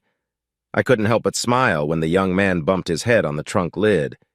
You're not going to tell me you two are living together, are you? I asked, pretending to be serious. It was just fun to tease my future son-in-law. What father hasn't done that? Dad? I bit my lip at that tone. I hadn't heard it in 7 long years. It was the same tone she used when I teased the boys she dated as a teenager. I couldn't say David was a bad choice. A father has to make sure a man is good enough for his daughter. Don't bother David. He's a good man. Amber looked at me with a serious face, her arms crossed. It reminded me of when she would get annoyed. I couldn't help myself, I said, closing the trunk. It's fine, honey. Your father's just checking me out. I would do the same, David said, giving me a nod. Smart guy. Maybe he's okay after all, I thought to myself. If you need to work out while you're here, there's a gym on the ground floor. Not hard to find. If anyone gives you trouble, just say you are guests of 1003, I said as I led them into the building. Seeing them nod in understanding made me feel better. I wasn't going to say anything, but you look good, Dad. I don't remember seeing you so thin, Amber said as we walked towards the elevator. Well, I had 2 kids to raise, and working out took a back seat to making sure you and your brother had what you needed, I replied, pressing the call button. Can I ask, Mr. Call me Nathan, I interrupted. Can I ask, Nathan, when you married your new wife, did you learn about the Latinx culture? Did I say something wrong? I noticed David looking at Amber when my face turned serious. I'm going to say this once. Do not call them that. They dislike that term. It's like using an offensive word for black people. It's either Latino or Latina, nothing else. Understood? I said firmly. I meant no offense, David replied sincerely. I know, but it's better for me to tell you this now than for you to say it in front of Catalina or her family. You wouldn't want to deal with the fallout. They really take offense to that term. They feel like their identity is being ignored by those who push their views on a culture that knows who they are, I explained, recalling a conversation Catalina had with a cousin during our dating years when her coworkers used to call her that. Some people just don't know better. I understand. No wonder Pablo gives me a hard time, I heard David softly say behind me as we stepped onto the elevator. Catalina and Alondra can understand and speak English. If you can't speak Spanish, it's best not to try, I said, noticing them nod in the reflection of the elevator door as I pressed the button for our floor. When I entered the home I shared with Catalina, my face lit up seeing my wife and daughter, still in their pajamas, waiting for my return. I greeted them warmly, and Alondra gave me a big hug, I stepped aside to let the two most important people in my life for the past 5 years see my grown daughter and her fiancé. Amber, David, I'd like you two to officially meet my wife, Catalina, I said, pulling Catalina closer to me, and my daughter, your sister, Alondra. I watched my eldest daughter kneel down and reach out to Alondra. Hello, baby sister. I'm so happy to see you, I heard Amber say softly as she hugged Alondra. Hello, Mrs. Hal, David said, shaking Catalina's hand. Catalina, please, there's no need for formal titles in family, Catalina replied. And I noticed how surprised David was when Catalina gave him a warm hug. Nat, why don't you show them to their room while I start the omelets? I hope you two are hungry because you won't be after breakfast, I said, leading them to our guest bedroom with Alondra running ahead of us. What are you doing, you silly one? I asked playfully as Alondra danced in front of the room. Nothing, Alondra replied with her big, bright smile. When you're done unpacking, there's coffee in the kitchen if you both want some, I said, standing in the doorway with Alondra beside me, holding my hand. We would. We missed breakfast to catch our flight, Amber said, setting her suitcase on the bed. Great, because Catalina loves to cook big meals. It reminds her of growing up. We'll let you two get settled. Come on, honey, let's give them some space, I said, gently patting Alondra's hand. Sure, Dad, Alondra replied as she looked up at me. He seems nice, Catalina said lightly as I walked into the kitchen while Alondra went to watch her show. He does, a very polite guy, I answered, while getting mugs for everyone. It smells amazing in here, Amber said from behind us. I thought she would have unpacked by now. I couldn't wait for that coffee. I don't want to doze off before breakfast, she said, as if reading my thoughts. Thank you, Catalina said proudly as a chef. I saw her smile when I placed a fresh cup in front of her. Creamer is in the fridge, or there's milk, and here's the sugar, I said, pushing the small dish Catalina had set out for guests who like their coffee just right. Thanks, Dad. This is just what I needed. Amber sighed as she took in the coffee's aroma. She quietly mouthed a thank you to Catalina, who nodded back when she placed the creamer in front of my daughter. Amber quickly prepared her coffee just the way she liked it. So good, she said, smiling at her cup. Thank you. My cousin runs a coffee farm in the mountains of Mexico. He sends us a few bags each month because he knows your father loves his coffee, and I do too. My cousin is very grateful to your father, Catalina said, giving me a knowing look. It wasn't that he liked me. He appreciated that I helped his business recover when his crops were affected a couple of years ago. I wasn't complaining now I have a part in a coffee farm, and I get free coffee, which I think is great. He does? Amber glanced at me. Oh, yes. Your father is a really kind man, Catalina said, smiling at me as she rolled up an omelet filled with caramelized onions and roasted peppers. She removed the seeds to make it milder along with the roasted tomatoes before plating it. I noticed she was making a smaller one for Alondra, knowing she wouldn't finish a full-sized portion. I couldn't help but watch as Catalina bent down to take the croissants from the oven. What can I say? I admire my wife. Maybe that's why she does things like that. My gaze shifted when David walked down the hall. I think he took over unpacking so Amber could chat with us while enjoying coffee. Now, Nat, help out and take these to the table, Catalina said playfully as she handed me 2 plates. Alondra, come to the table, I called in a caring voice, noticing my daughter is focused on the TV. Yes, Dad, Alondra replied, sliding off the couch and hurrying to her spot. Thank you, Dad. She smiled at me when I placed her chocolate milk in front of her. You're welcome, sweetie, I whispered, gently resting my hand on her head. I noticed Alondra nodding excitedly when Amber asked to sit next to her. Oh, this is so good, Amber said from behind her hand.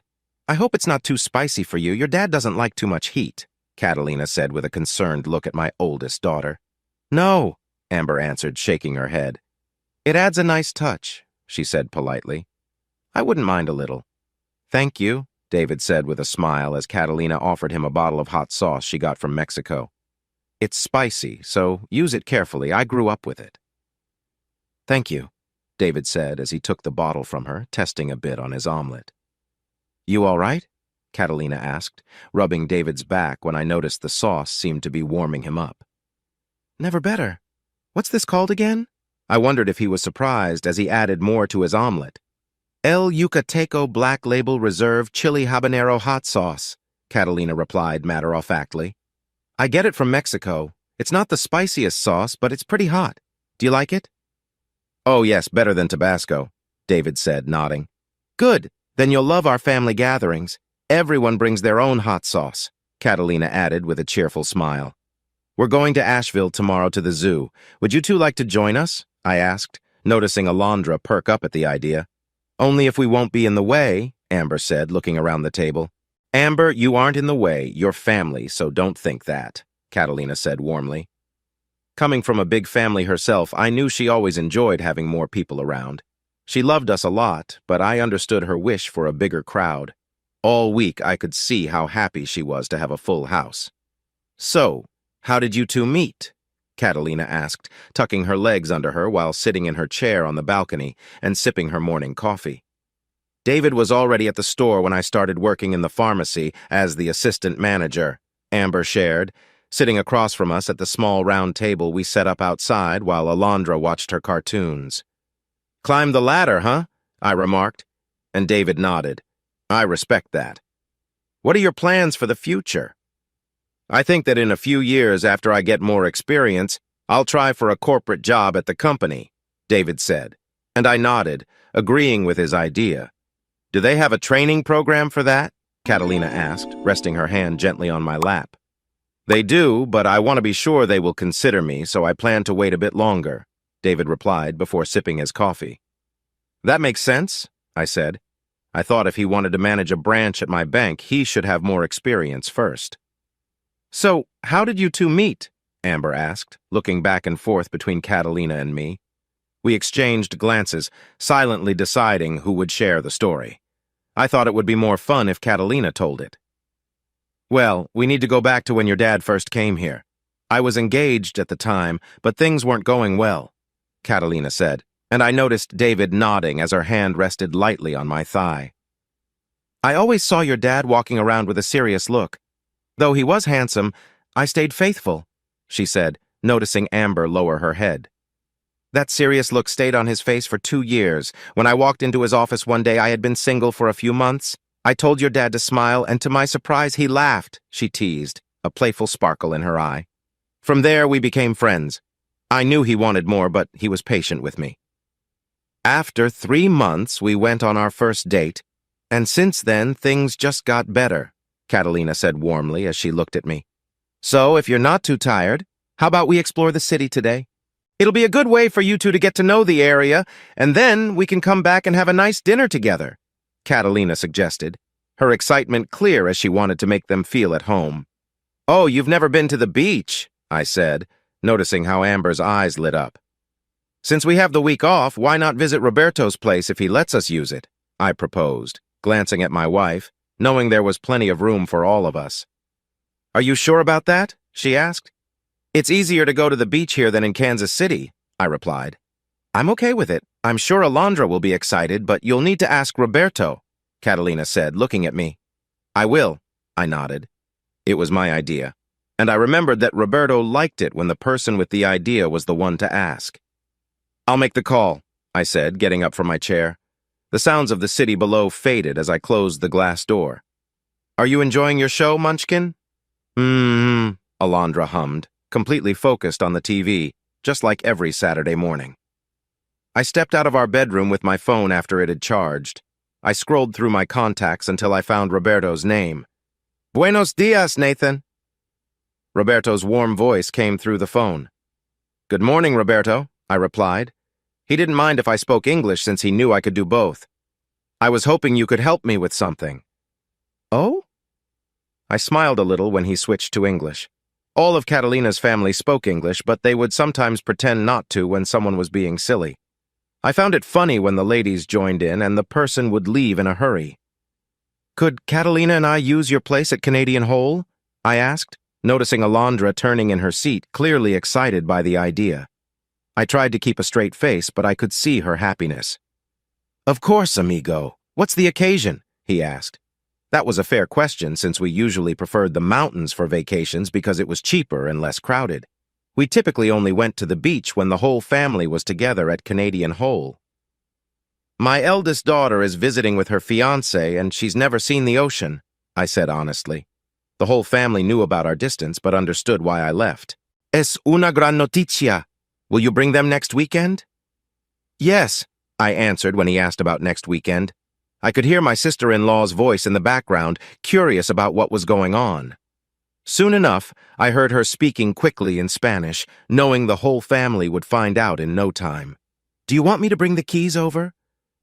No, we'll pick them up when we show them around the city, maybe around 1, I said, still distracted by Alondra's happy energy as she bounced on the couch. Ciro has a game today, but I'll leave them. I nodded as he told me where he usually hid a spare key. Tell Ciro I'll be cheering for him. I expect 5 home runs. I heard my brother-in-law chuckle on the other end. I knew Ciro had a lot of promise, and I wished him the best. I will. I hope she enjoys the beach. So do I said before we ended the call. Are we going to the beach? Alondra asked excitedly. We are, I answered, putting my phone away and smiling at her excitement. When? I was thinking we could go on Monday and stay until Thursday. Is that okay with you, Princess? I said, unable to hide my smile while I watched Alondra nod eagerly. Now be good while you keep watching your show, I told her before stepping back out onto the balcony. I felt Catalina's hand on my back as I settled back into my seat. Hours later, we were driving through the streets of Charlotte. Alondra sat in the back seat between David and Amber, pointing out her favorite places, especially the Discovery Place. It was a bit expensive, but totally worth it, very educational for a 4-year-old. When lunchtime came, we stopped at a popular restaurant downtown. I enjoyed watching my daughters chat happily. I noticed my wife looking joyful as she watched them from across the table. David and I had a nice talk about saving for retirement. While I wasn't an expert, I knew a bit about investing and shared some ideas about my own savings. I could tell he was listening carefully, and I hoped he and Amber would avoid the problems I faced. I had to admit David was a nice guy, just don't tell him I said that. I needed to keep my father-in-law image. I'm glad Amber found a man who seems like a truly good person. After lunch, we went to Roberto's house. I could see the confused looks from David and Amber when we arrived at the house in Derrida. I told them to wait in the car before quickly jumping out to find where Roberto had left the keys for his place at Canadian Hole.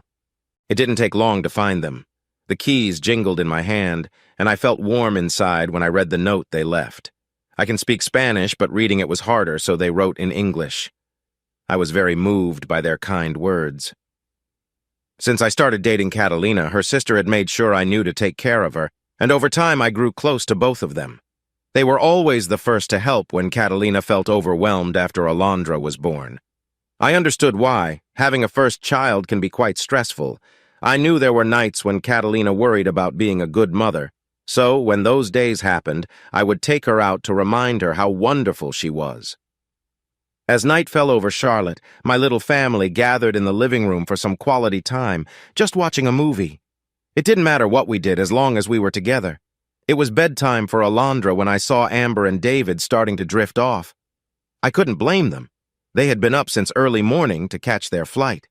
Catalina gave me a look that said, "Go do your dad thing." "Amber," I whispered, gently shaking her. "Dad." Her sleepy voice reminded me of when she was a little girl. "Let's get you both to bed," I said, noticing her eyes barely open. "Sorry, I did." I waved away David's sleepy mumble. "It's okay, don't worry," I replied softly. As soon as Amber stood up, she wrapped her arms around me. "I've missed this for so long," Amber whispered. "Good night, Dad," she said, lightly touching my cheek before taking David's hand. I lay in bed waiting for Catalina, who came in about 15 minutes later. It was quick for Alondra, which meant she was tired. I felt a wave of love wash over me as I saw my wife smile while walking towards the bathroom. Her eyes caught the movement of the sheets, which made her smile even warmer. It felt so nice to have her beside me once she slipped under the covers. I felt a spark when her fingers brushed against me. "My love shouldn't go to sleep like that," Catalina teased playfully. "Does the handsome dad like my touch?" she asked, and I nodded. Who wouldn't? "Does my sweet husband want to enjoy some together time?" I eagerly nodded again. "Good, that's where we belong." "Oh no," I said lightly as Catalina leaned closer. Soon I fell asleep peacefully. But before I knew it, the alarm rang at 5 o'clock. Time to wake Alondra up so we could start our 3-hour drive to Asheville. Catalina took lots of pictures that day. Of me, Alondra with her sister, Amber with David, and more. I was happy to see Amber and Catalina bonding over their wedding plans. David was very kind to Alondra, always ready to join her when she wanted to show him something special. I took on the role of a protective dad, just like David, which I appreciated. You never know these days. There are unusual people out there. We had lunch at the zoo and explored the grounds until we were all tired with sore legs. By the end of it, I was carrying Alondra on my shoulders. I didn't mind. I knew that one day she wouldn't need me as much. As sad as that was, that's just how life goes. Nothing stays the same forever. Halfway home, I spotted Alondra napping in Amber's lap. I saw Amber smile at me in the rearview mirror.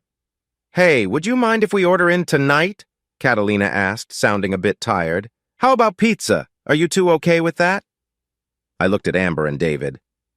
"I'd like a slice. What about you?" David answered, glancing at Amber, who shook her head. "Is a supreme pizza good for everyone?" I asked, knowing Alondra only liked that kind. Catalina liked it too, even if I preferred something different. "No, David can't have olives," Amber said, resting her hand on David's chest. "Okay, how about a small supreme for them and a small meat lovers for us?" I suggested with a smile. "I can agree to that," David said, making Catalina roll her eyes. "You order the pizzas. I'll get Alondra ready for tomorrow." Catalina smiled at me as she took Alondra's hand and headed to her room. "Dad, you know Do you really want to see what happens if I change our plans?" I asked, seriously, after I placed our order. "Are you trying to get me in trouble?" I joked, knowing Alondra would be upset for a long time over it. "I just don't want to cause you any trouble," Amber said. "It's fine, Amber. I promised to take you a long time ago when you were little, and I like to keep my promises." I remembered that talk when Amber was 10. "So, Nathan, when are you planning to leave?" David asked, following me into the living room. "I'm thinking we'll leave at 7 in the morning. It's a 6-hour drive to Roberto's place at Canadian Hole. The beach has that funny name," I replied, noticing their surprised faces. "We'll stay until Thursday so you two can have fun there. It's a really nice spot." "Honey, what time is it?" Catalina called from Alondra's room. 7:20, I shouted back. "What's going on?" Amber asked, looking confused. "There's a football game soon," I said, which was true. I saw David trying to remember if there was a game, given it was late spring. "Soccer," I added, seeing David understand. "I didn't know you liked soccer," Amber said, pulling her legs under her as she snuggled against David on the love seat. "It's okay. Catalina and Alondra are the big fans. I just got used to watching them," I replied casually. "Her family loves the sport. They throw a big party when the World Cup is on, and I go. They also have a Super Bowl party for me. That's what family does. They work together." "I know, we're almost ready to watch." I glanced at Catalina as she and Alondra walked in, talking on her phone before switching to Spanish. I smiled as Alondra jumped onto the sofa, getting comfortable while waiting for the game to start. I turned on the TV and changed the channel to ESPN3 to watch the soccer game between Mexico and Brazil. I didn't want to tell Catalina, but I was quietly hoping Brazil would win. She took soccer very seriously, much like how many Americans feel about football. I patted Catalina's leg when I heard a knock at the door. It had to be the pizzas. She was completely focused on the game, especially since Mexico was winning in the first half. Personally, I found soccer a bit less thrilling, just as I knew she felt about football. Still, I tried to be a good husband and enjoy our time together. After I paid the teenage delivery boy, I made sure to give him a decent tip before taking the pizzas inside. "Pizzas are here!" I called out while carrying them into the kitchen and grabbing some plates. Amber and David wandered into the kitchen, but Alondra and Catalina stayed on the couch. I knew Alondra wanted to be just like her mother. "Help yourselves," I said, bringing plates over to them. "Thanks, honey. Can you get me a drink?" Catalina asked, giving me a quick kiss on the cheek. "Sure. Kool-Aid for you?" I teased my daughter. "Aren't they joining us?" Amber asked softly once I sat down. "Nope, not with Mexico winning. They're not moving," I replied before taking a bite. I missed having Meat Lover's pizza. "This is good," David said, enjoying his slice. "I know the best pizza place in town," I said, savoring the delicious toppings, knowing it would be a while before I had another Meat Lover's pizza. "Sí, I are. Patea la pelota." Catalina shouted as she jumped from her seat, holding her plate and drink, and Alondra copied her. "No! How can you let them take the ball?" she complained when one of Brazil's players got the ball just before Mexico could score.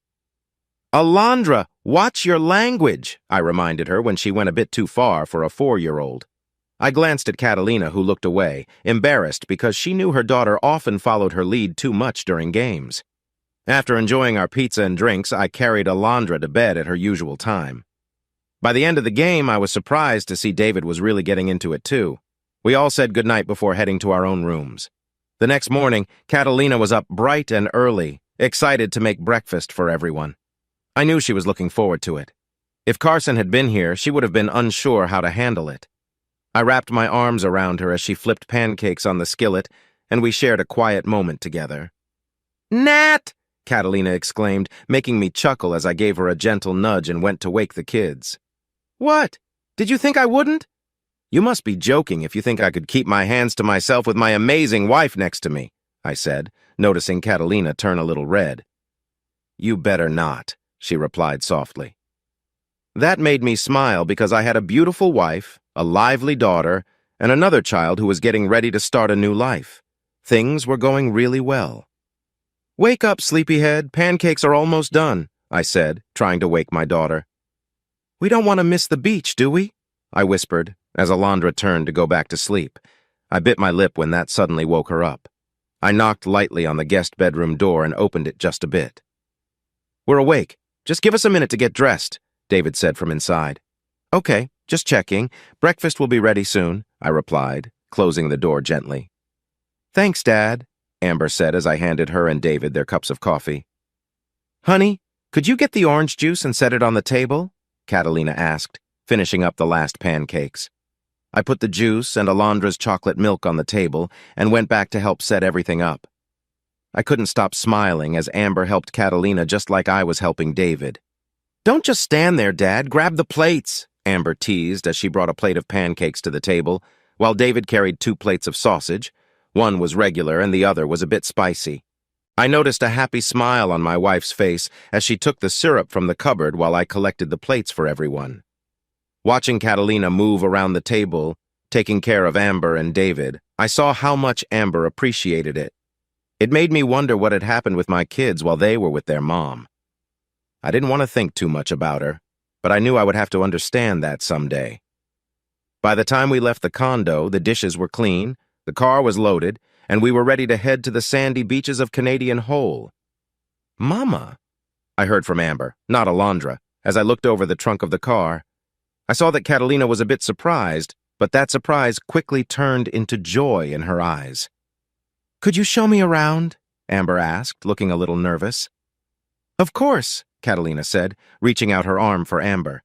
"You guys don't mind unloading the car, right?" "We can take care of it," I said, glancing at David, who nodded in agreement. "Come on, Alondra, let's show your sister the ocean," Catalina said in her gentle voice, and Alondra eagerly responded, "Okay." "I wonder if something happened between Amber and her mother?" I stopped myself from saying what I usually call her. As we took the bags out of the car, I noticed a thoughtful look on David's face. "I think Amber should be the one to tell you," he said quietly, looking down when I held his arm. "Did she hurt my little girl?" I asked firmly. "Just emotionally. Nothing physical, at least that's what she told me. But Amber still feels it. Not when I'm around, though. She knows I won't allow that in my house. I've had to ask her to leave a few times when I heard it." "I think you'll do," I said, letting go of his arm. "I won't say anything to Amber." Then I guided him and Amber to their room on the other side of the house for some privacy while we settled in. After putting their bags away, we went out to join the girls. "I told you I'd get you here someday, didn't I?" I said from behind as Catalina and Amber looked out at the foamy waves. Alondra was walking along the beach, picking up shells like she usually did. I was surprised when my daughter suddenly hugged me tightly. "Thank you. It's so beautiful," she whispered sincerely. I held her close and rubbed her back gently. "You and I need to talk later, just us," I said softly. She nodded against my shoulder before she went back to David. "Have you ever been to the beach?" I asked him. No, this is my first time. My family didn't have much growing up. We dreamed about things like this, David replied, staring at the wide blue ocean. I understand. When Amber was growing up, we also had to save money. I worked hard and went to night school to give my family a better life, I shared, feeling Catalina took my hand as she came to stand by me. Amber held my other hand, a familiar gesture from when she was little. Later that evening, after putting Alondra to bed and while Catalina kept David busy, I took Amber outside onto the deck of Roberto's beach house. I knew I might not like what I was about to hear. No parent wants to learn their child has struggled. Still, I needed to know what had happened. Amber, I know I told your brother I didn't want to hear about it after I left, but I think I need to know now, I said as the sound of the waves surrounded us. You sure? She looked down, unsure, which was unusual for her. I placed my hand on her arm, encouraging her to look at me again. Very sure. I hoped she could sense how serious I was. By the time she finished her story, I felt a strong wave of anger at the situation. Holding my daughter close as she cried into my chest was all I could do. It made me furious that someone could avoid taking responsibility for their actions and hurt our children. It was even worse that she tried to pull Amber into her own problems. I couldn't understand why my parents hadn't told me about this, unless they truly didn't know.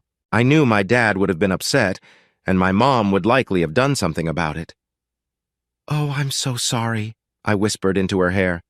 I'm sorry about... No, Dad, you were hurt. You had every right to think we didn't want you. I don't blame you. You're here now. That's what matters. I knew for sure that my kids would not have to be around that woman again if I could help it. Is everything okay? Catalina began, just as Amber hugged her tightly. Catalina looked at me, and I could feel the tension. I think she realized something had happened to make Amber react this way, though she never said anything about it. Shh, it's going to be all right, Catalina comforted Amber with her gentle voice. Come, let's get you cleaned up and find something to help you feel better, she said, guiding Amber inside and giving me a look that asked for more details. I was letting out my frustration by hitting a wooden post with an old piece of lumber. It felt better than taking my anger out on anyone else. I take it Amber told you? David's voice interrupted my thoughts. Yeah, I said, tossing the wood aside. I want you to know I would never treat Amber that way, David said as he walked down the steps leading to the beach. You better not. I don't think my wife would like to visit me in jail, I joked lightly. Duly noted, David replied with a friendly smile. She isn't helping with the wedding costs, is she? I asked as David joined me. Not at all. She thinks getting married is a mistake. She wants Amber to stay single so she can meet someone. I appreciated his honesty and could hear the frustration in his voice. Good. If you need support, just let me know and we will help however we can, I said firmly. You really mean that? David asked, surprised. I do, I nodded. I know how much weddings can cost. I have been through 2 already. Venues and everything else add up, and starting out can be hard. So I understand it might be challenging for you and Amber to plan this. If you need help, don't hesitate to ask. We will make it work, I offered in a supportive tone as I extended my hand to him. I will. You have my word, Nathan, David said, shaking my hand. Did your dad teach you that handshake? I asked as he nodded. Good. A father should pass that down to his son. What are you two doing out here? Catalina asked from the top of the steps. Oh, you know, just chatting, I said with a smile. I didn't need to see it. I knew she was rolling her eyes. Well, it's getting late.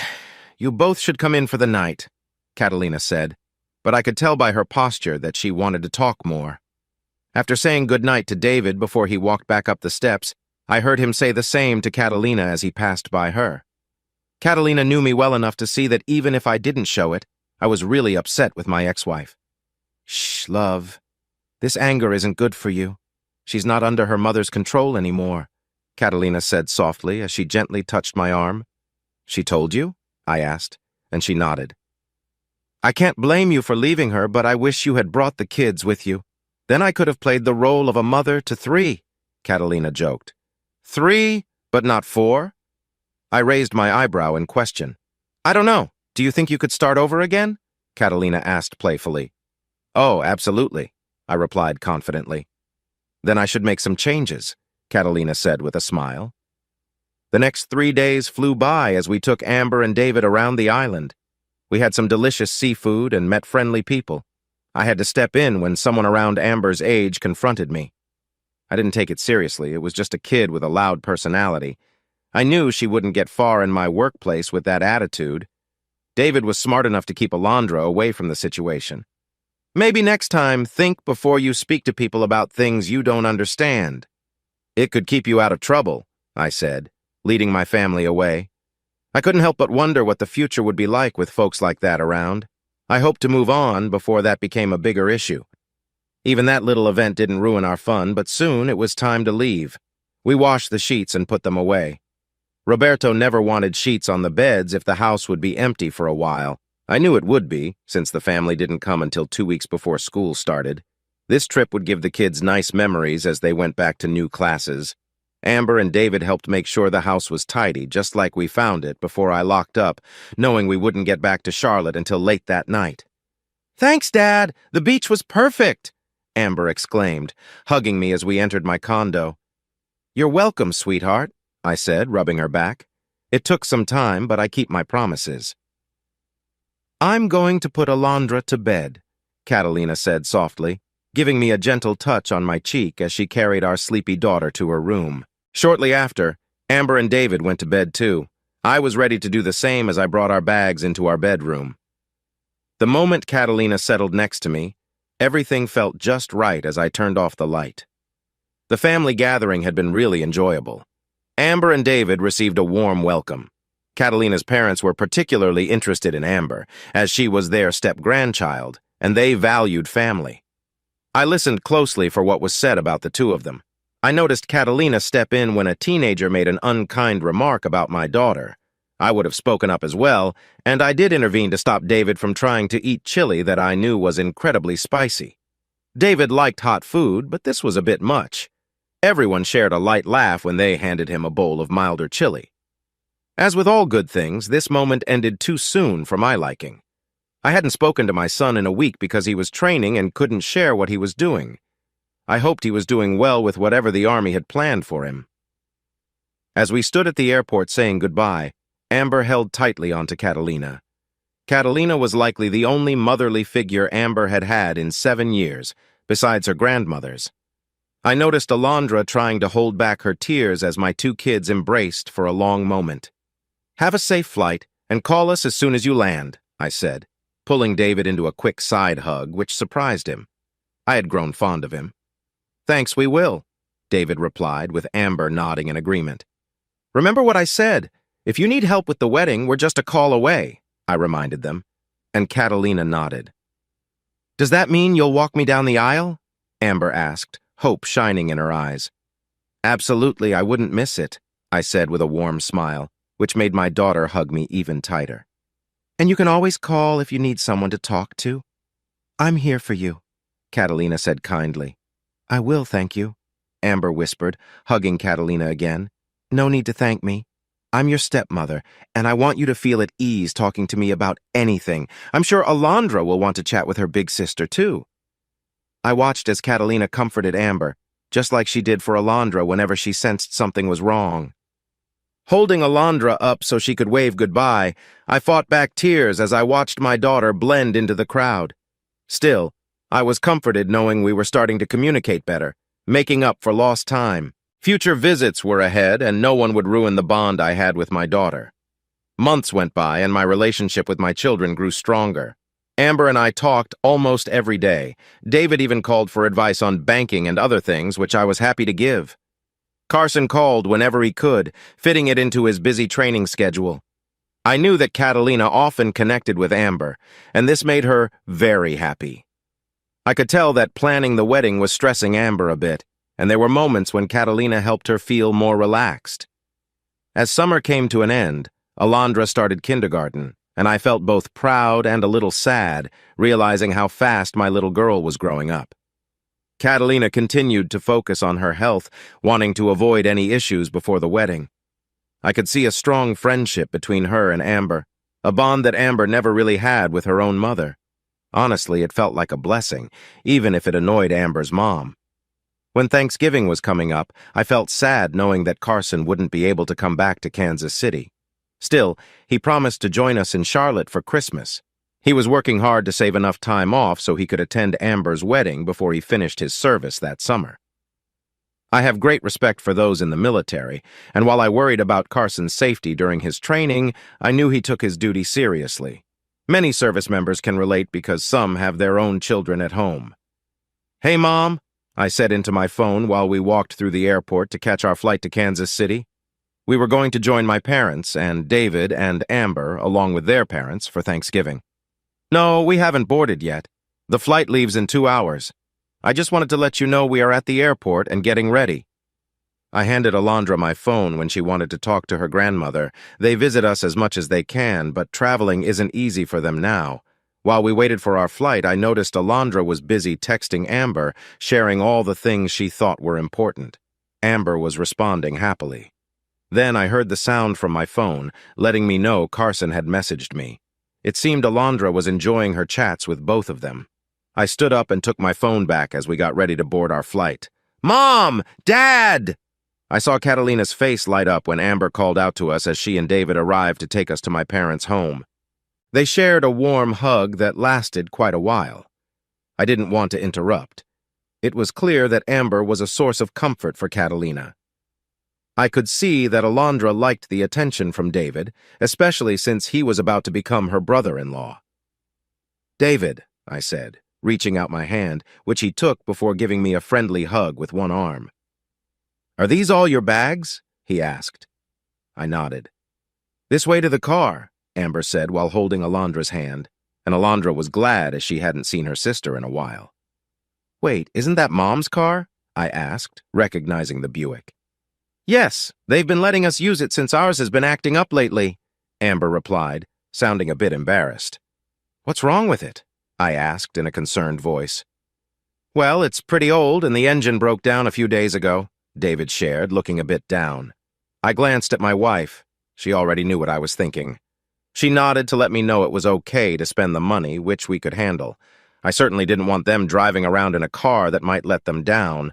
What kind of father would want their daughter stranded without a way to get home? As we drove toward my parents' house, I noticed the Volvo dealership and realized that I knew just where I'd be going in the morning. Thanksgiving wasn't for another 3 days, so I took out my phone and looked up the dealership's inventory. "Nathan Hal?" a woman asked as we approached. "That's me," I replied, smiling as I stepped forward. "Nice to meet you. We have the Volvo S60 ready for you to check out. If you're ready, we can take a quick test drive," Mrs. Huffman suggested, clearly excited. David looked at me with a mix of surprise and happiness. "I can't believe you did this for us." "I just wanted to help you both," I said as we walked toward the car, feeling pleased with my choice. As we reached the car, Mrs. Huffman opened the door and kindly invited us inside. "Take your time to check out the features while I get the paperwork." She smiled at us warmly. Once inside, David admired the clean interior and the modern tech. "This is incredible. Are you sure we can afford it?" "Don't worry about the price right now. This is a gift for you and Amber, and we want to make sure you have a dependable vehicle," I reassured him with a smile. Amber and Catalina came over with Amber looking amazed by the car's design. "Can I sit in the driver's seat?" "Of course," I said as she beamed and climbed in next to David. I felt a warm sense of happiness watching them explore the car. It wasn't just about the vehicle. It was about supporting them in this new chapter of their lives. I shared a smile with Catalina, who seemed just as happy. After a brief moment of excitement and exploration, we all stepped out. Mrs. Huffman was waiting for us. Huffman came back holding a clipboard, ready to wrap up everything so David and Amber could take their new car home. "Shall we go over the final details?" she asked with a smile. We walked together to finish the paperwork, knowing this kind gesture would mean a lot to David and Amber.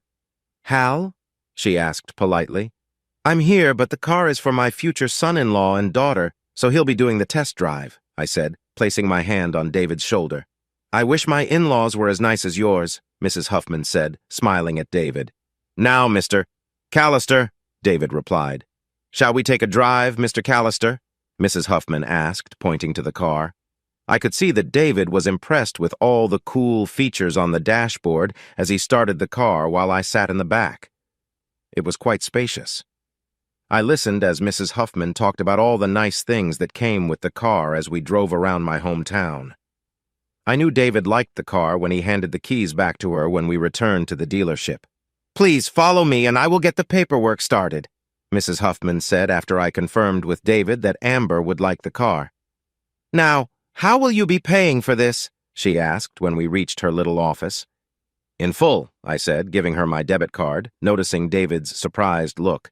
"Nathan, that's—" "I told you, it's an early Christmas present," I said with a grin. I felt like I needed to make up for missing the chance to buy my daughter her first car. "Wow, my in-laws never bought us a car, lucky you," Mrs. Huffman joked. I held back a laugh at how red David's face was getting. "Let me run this and get the car cleaned up for you," she said as she stood up. I noticed David's phone buzzing a lot. "If it's Amber, don't tell her anything. I want to surprise her," I said, and he nodded. "Oh, she's going to be surprised, all right. That is, if she doesn't get too upset," David said while typing on his phone. "I just told her that you and I were having a little chat." I nodded as he put his phone away. "You don't know how much this will mean to her. She's been worried about the wedding and the bills recently. I know this will help her a lot." I nodded again, knowing how stressful weddings can be. Then I noticed David's expression change as an unusual ringtone sounded from his phone. He looked at the screen for a moment before declining the call. "Anything you want to tell me before you marry my daughter?" I asked, in a protective, fatherly tone. "Yeah, your ex-wife is challenging," David replied. I couldn't help but laugh at his honesty.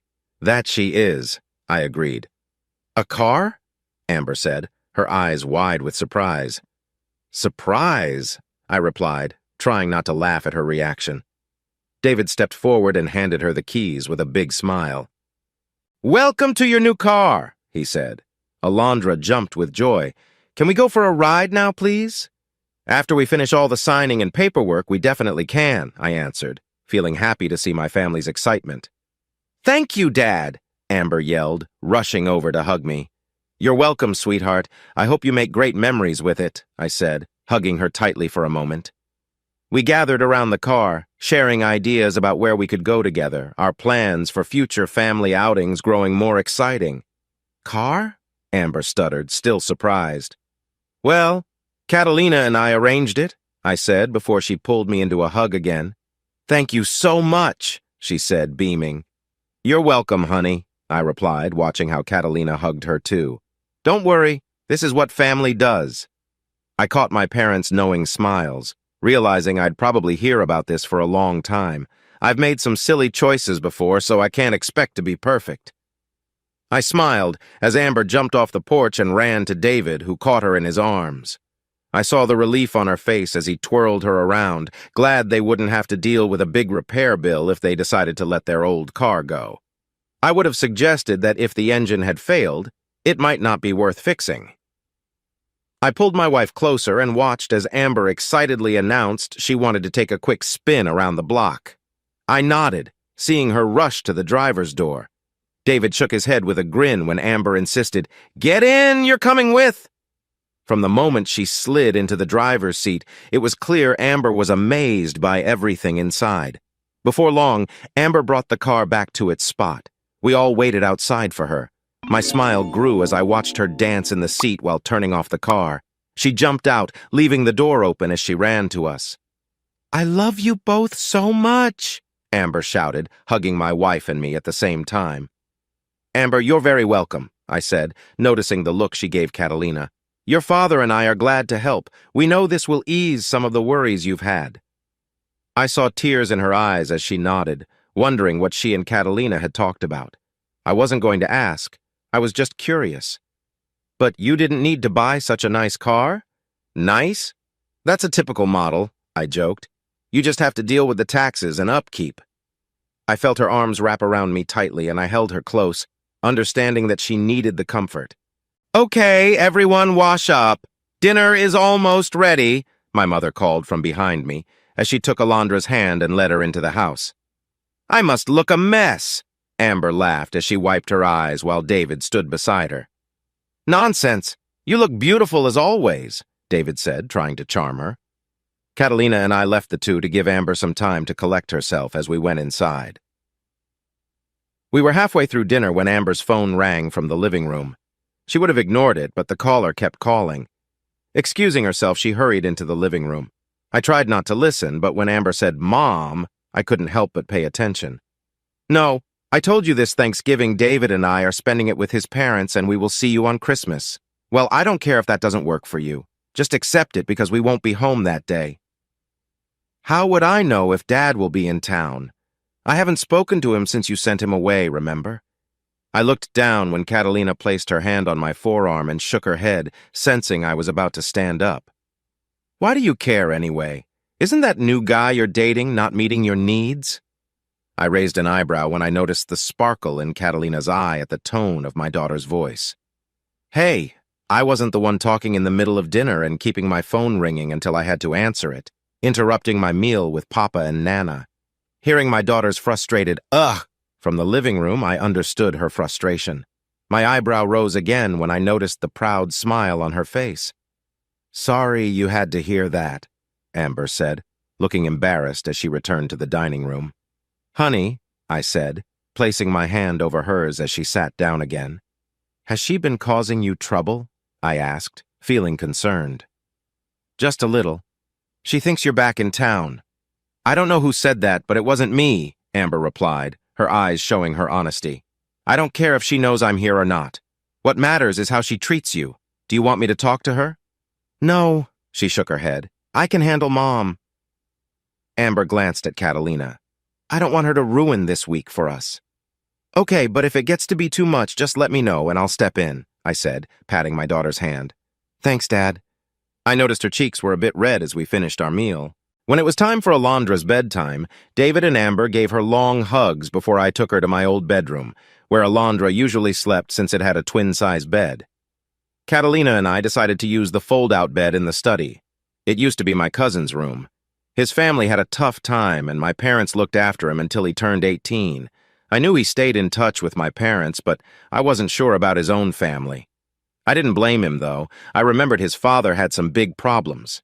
Amber and David left around 10 that evening because they both had work the next day, but they promised to come back when their shifts were over. As the week went on, I was happy there were no signs of the problem person in our lives. I couldn't imagine how things would have been if she had come around. When Thanksgiving came, my mom, David's mom, and Catalina asked me to go to the living room. David was talking with my dad while his father joined in as the football pregame show played. Amber sat on the floor, playing a board game with Alondra while the fireplace warmed the room. It felt nice to see our families together. Alondra came over and took my hand. "Come play, Poppy," Alondra said sweetly. At first I was nervous about being home, not because of my daughter, but because I dreaded my parents saying, "I told you so," for being stubborn. Sometimes it's okay to be wrong. David's parents were nice, but I noticed how David's father looked at my daughter when she called me Poppy. I didn't want to bring it up during dinner, especially not on Thanksgiving. My mom would have been upset if I ruined the day. Still, I made a mental note to keep Alondra away from him later, as I sensed Catalina felt the same way. Unlike me, she managed to keep her eyes steady. After dinner, I took Amber to my old bedroom and asked her about David's father while Catalina stayed with Alondra. I realized I had misjudged the man. He wasn't mean. He seemed to be affected by how much Alondra looked like their daughter, who passed away at a similar age. I flopped back onto my old bed, covering my face with my hands as I understood how wrong I had been. I couldn't imagine losing a child, especially seeing another family with a child who looked similar. Aside from that misunderstanding, the holiday went well. I saw Catalina and David's mother getting along well after I shared what Amber had said to me. David's father paid a lot of attention to Alondra, often talking to her whenever she had a question. I even saw him playing cards with her and letting her win. I decided to leave them be and went outside to help bring in some firewood for my dad. "Need some help?" I heard David say behind me. "I could use an extra hand," I replied with a laugh. "Load me up." "Is that enough?" "Should be," I nodded. "I didn't know you had a sister." "Yeah, we don't talk about her much," David said, looking down. "I know Mom and Dad almost split up after she passed away." "I'm sorry, I didn't mean to bring up painful memories." It's okay. I know my dad can be a bit much sometimes. He doesn't really mean it, David said, trying to make me feel better. I understand. I'd probably be really stressed if it were my kids. It couldn't have been easy for them, I said, giving David a friendly pat on the back while I carried some wood. Alondra, what are you up to? I joked as she chatted away with David's parents, who were listening closely. I thanked David when he took the wood from me and stacked it with the others for my dad, in case he wanted a fire later. Talking, Alondra said, giggling. Oh, really? I laughed. I nearly dropped the last pieces of wood when a spider suddenly appeared, but David quickly scooped it up with a stick and tossed it into the fire. You saved me, I joked, and David's parents laughed. I sat down on the couch and called Alondra over to me, resting her on my lap. So what are you all talking about? Everything? Everything? That's quite the chat, I said, smiling at my daughter as she waved her arms excitedly. I caught sight of how happy David's mother was watching Alondra. It seemed to remind her of her own child. Alondra nodded. You have a wonderful daughter, David's mother Meredith said as she looked at us. I can't take all the credit. My wife deserves most of it, I replied, feeling my wife's presence behind me. But I do love this little one, I said, tickling Alondra, who squealed with laughter. Would you mind if we took a picture of you two? David's father asked, pulling out his phone. We don't mind, I said after checking with Alondra, who gave an eager nod. I watched as Meredith snuggled against her husband, leaning her head on his shoulder while they looked at our photo.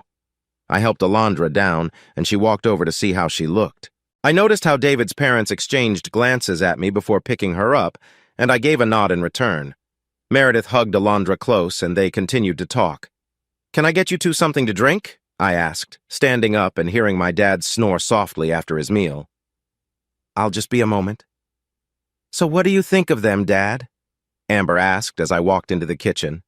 She was chatting with my wife and Catalina at the table. They seem nice enough, but they will be your in-laws, not mine, I said, giving Amber a gentle pat on the shoulder as I went to prepare drinks for George and Meredith. Yeah, but you're coming to the wedding. I want you all to get along. I could feel Amber's gaze on me as I filled their glasses with ice. Other than that small misunderstanding, I don't see why we wouldn't. But then I felt a chill as I heard a familiar voice at the front door, knocking quickly. I turned to see my daughter getting up from her seat. I'll take care of it, Dad. If Mom knows you're here, she won't leave, Amber said, heading straight for the front door. What have you been telling my daughter? I asked, looking at my wife, who had a playful smile. My mother was smiling over her drink, too. This and that, Catalina replied with a hint of mystery. Is that so? She said, sitting up straight in her chair. You don't have to worry about her having trouble with that woman anymore. Catalina took a sip of her drink. Please, tell me you didn't teach her to be as headstrong as you, I joked, pretending to sigh while pinching my nose. That's not fair, Nat, Catalina said, puffing out her cheeks as she realized I was joking. I thought you'd be pleased. I am. I'm glad you helped her feel more confident. At least I know she has two strong women looking out for her, I told my wife and mother, noticing the blush on my wife's cheeks. Well, she's my daughter now, and the women in this family are very determined, Catalina said, regaining her poise. I know all about that, I muttered as I carried George's and Meredith's drinks out to them. What was that? Catalina called after me. Nothing, dear, I replied. Better be nothing. I could tell she was just teasing. Poppy, who is that woman? She doesn't seem very happy, Alondra asked, peeking out the window through a small gap in the curtains. Don't worry about her. Now, what did I say about watching other people's conversations? I said in a fatherly way as I handed them their drinks. But David is watching. Why can't I? Alondra frowned. Because David isn't spying. He's making sure Amber is okay, I explained, noticing David nodding. Is she a bad person? Alondra asked, not realizing the woman was my ex-wife. I think she is, I said, observing how David's parents stayed quiet. But what did she do? Alondra pressed, her curiosity showing. Let it go, Alondra, I advised gently. She must have seen the look in my eyes because she didn't bring up that woman again. Ugh, she drives me crazy sometimes, Amber said as she rushed back into the house to find comfort with David. Sorry, Dad. I didn't mean to act like that with Alondra here. I'm really sorry, Papa, George Meredith, for what you heard, she said, looking around the room as I watched her. Amber, are you okay? I asked, knowing her mom was a sensitive topic. I will be, Amber sighed, hugging David tightly. Hey, young man, are you trying to get too close to my daughter? I joked as they shared a light moment. I saw David's parents trying to hold back their laughter. I am, David said with a grin. Good. Dad? Amber shouted. What? This is 2021. There's no need to be stuck in the past. Enjoy life a little, I said, enjoying my daughter's embarrassment. Isn't that what parents do when their kids are in love? But I do wonder if he has good intentions, I said, tapping my chin and watching Amber's cheeks turn different shades of red as I kept teasing her. I promise you, Nathan, he does. I laughed as Amber playfully nudged David, signaling him not to encourage my teasing. Dinner was nice as we all gathered at the table for leftovers from lunch. We filled the room with laughter and stories. Alondra talked about our trip to the beach and the zoo, while Catalina mentioned planning a trip to Spain next year, after the wedding, of course. It seemed Amber was not surprised by the news, since she and Catalina had grown close over the months. We said our goodbyes to David's parents and Amber and David, promising to get together that Friday before we flew back to Charlotte on Saturday. When it was time to leave, there were many hugs, knowing we wouldn't see each other until March unless they could visit us for Christmas. I hoped they would, but I knew Amber was unsure about how things would go with my ex-wife. I had my own feelings about that, but I didn't want to make it harder for Amber. The next 21 days were hard for me as I waited anxiously to see my son. Carson was planning to fly in on the 19th and leave on the 26th to save the rest of his time off for Amber's wedding. I was just happy to have him with me for 6 whole days, more time than I had spent with him in 7 years, because I was being stubborn. I knew Catalina was a bit annoyed with me, but stayed quiet, understanding my excitement as Alondra, Catalina, and I waited for Carson's plane to arrive. Carson! Carson! Carson! Alondra jumped up and down with joy when she saw her half-brother. She waved her hand excitedly as we waited for him to get through the crowd. Go on, amor, Catalina said softly, giving me a loving smile while nudging my arm. Carson dropped his bag as he hurried over. We hugged tightly, and I held him close, feeling so grateful for this moment. Look at you, I said, feeling proud as I held his face in my hands. You've grown so much. It was hard not to get emotional with my boy back home. Come on, Dad, don't embarrass me in front of Mom, he said, even though he was now an adult. I still saw the little boy I had raised, and I wondered when my children started to call Catalina their mother. It was a thought that might never have an answer. I hope your flight was good, Carson, Catalina said as she joined us, wrapping her arms around him. It was. Thank you for everything, he whispered to her, and I raised my eyebrow, curious about what he meant. That's what family is for, she replied, patting his back. I'll always support you two, so please don't hesitate to call. I noticed Carson hugged her a little tighter after hearing that. Alondra tugged on his pants, wanting a hug, too.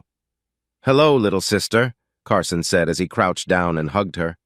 I could see how happy Alondra was, admiring her brother's strength. I felt like I could still keep up with him. What are your plans when you leave the army, Carson? I asked as we walked to the car. I'm thinking of becoming an engineer, he answered simply. Oh, is that what you do in the army? I asked. No, I just follow orders, he said, shaking his head. Have you looked at schools?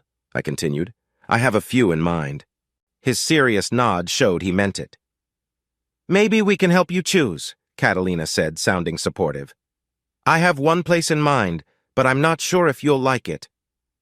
He gave me a teasing look. Oh, and where is that? I asked as I opened the trunk of the car. Duke. I paused when I heard that name. What did you say? I tried to keep my voice calm. I know it's not close, but it's better than California. I thought maybe you'd be okay with me going there. He let out a sigh and I hugged him again. Of course, son, you can come home anytime you want, I said, my voice a bit shaky from emotion. I can't promise you won't gain weight with the way Catalina cooks. I felt her playfully nudge me, but from her smile I knew she was happy too. You're always welcome in our home. It's yours and Amber's home, too, Catalina said with her warm, motherly tone, gently touching his arm. Yay! My brother is coming home, Alondra cheered, doing a little dance. I'm so happy you two said that. I noticed the tension leaving Carson's shoulders and raised an eyebrow. I just got accepted for the fall semester next year. I couldn't help but smile and pulled him close, feeling proud as I saw his face turn a bit pink. All right, let's get you home. Amber and David are going to be upset they lost the guest bedroom, I laughed while I put his bag in the trunk of my car. Here, I said, handing a drink to Carson as he leaned against the railing of my balcony, looking over the city. You're old enough, so don't give me that look, I teased as he glanced between me and the drink. I never thought we would do this together, Carson said as he took the drink from my hand. Me neither, I replied. I'm glad to be wrong about it. Catalina seems to really like you, Carson remarked lightly. I like her too. I waved at Catalina as she moved around in the condo while Alondra colored at the table. Dad, about that day? Carson's voice trailed off as I placed my hand on his shoulder. It's all right. Amber told me. Your mother should never have put you in that situation. That's not how a parent should act. I never expected her to involve you in her plans. Let's not focus on that and think about what's happening now, okay? I can agree with that, Carson said, smiling as he tapped his drink against mine. So, Dad, are you and Catalina thinking of having more kids? I nearly sputtered my drink at his question. Don't say that, I said, playfully shaking my finger at him as he grinned. Have you been talking to Catalina? He nodded. We plan to try after your sister's wedding, but I don't know, Carson. By the time Alondra is in high school, I'll be in my 60s. So? Does it really matter? My son had a good point. And would you be okay with having a brother or sister? I asked, leaning casually against the railing. Yeah, our family has had its ups and downs, but you've always been a great dad. I can't say the same about Mom. I rubbed his back gently as he let out a sigh. What happened with your mother is her choice alone. Don't worry about it, I said before finishing my drink. Come on, lunch should be ready, I said, taking the empty bottle from him. What are we having? Carnitas. You're going to love them, I promise, I said with a warm smile as I led him back inside. Oh, this is delicious. I watched as he took his first bite of carnitas. What's in it? He asked, looking at my wife for more details. Pork, just pork, with a little seasoning, Catalina replied with her bright smile. If you're still hungry, there's plenty more for you. Well, if you want to enjoy it, do it before your father does. I shared a playful look with my wife when she winked at my son, who was sitting next to Alondra. It was nice to see that my two adult kids appreciated her cooking. I watched as Alondra helped Carson learn to fold the tortillas, her big smile lighting up when he asked if he did it right. It made me happy to see my children getting along, especially since Alondra sometimes felt lonely being the only child at home. Son, I said, gently warning him as he reached for the hot sauce. Relax, I can handle it. Mom's got me hooked, he replied, and I noticed Catalina's face turn a bit pink from his comment. What have you done to my son? I joked. Just helped his taste grow. Don't blame him for having good taste, Catalina said, playfully lifting her chin. I think we need to talk about this later, I said with a smile. Oh, really? Catalina replied, her tone teasing. Oh yes, a good talk is needed, I whispered, making sure Alondra wouldn't hear. I noticed Carson's smile as he continued enjoying his meal. When Christmas came, like many kids, Alondra was up way too early to open presents on my day off. I often wondered if kids secretly planned this while parents were still sleepy. Thanks, Mom, Carson yawned, taking his coffee from Catalina. She really was great in that role, and I didn't mind my kids calling her that. After what Amber had shared with me, I knew they needed someone who treated them with the care they deserved. After breakfast, we all gathered in the living room. Alondra dashed around handing out presents to us and setting her own pile aside. I got my son a fancy watch that showed the East Coast time while the main face was set to Pacific time. However, the gift for my wife, besides the pearl earrings and necklace, puzzled her. It was a set of keys she pulled from a velvet box I had prepared. Nat? Catalina looked at me with confusion. Well, you've said you wanted a big family, I began, watching her eyes widen. And this condo isn't big enough for us and our future needs. I placed my hand gently on her stomach. I know I worried you about Carson coming back, but that was to keep my plans a surprise. You always pick up on things, I said, a smile forming as I could see her mind racing to understand. You bought us a house, Catalina exclaimed, jumping up from her seat. I did. I found a large house among the ones the bank had foreclosed, and I made sure it had enough room for all of us. The bank and I came to an agreement to take the payment from my paychecks, so we don't have to worry about a mortgage. We can move in after the first of the month, I said, watching her mood brighten before she cheered and hugged me.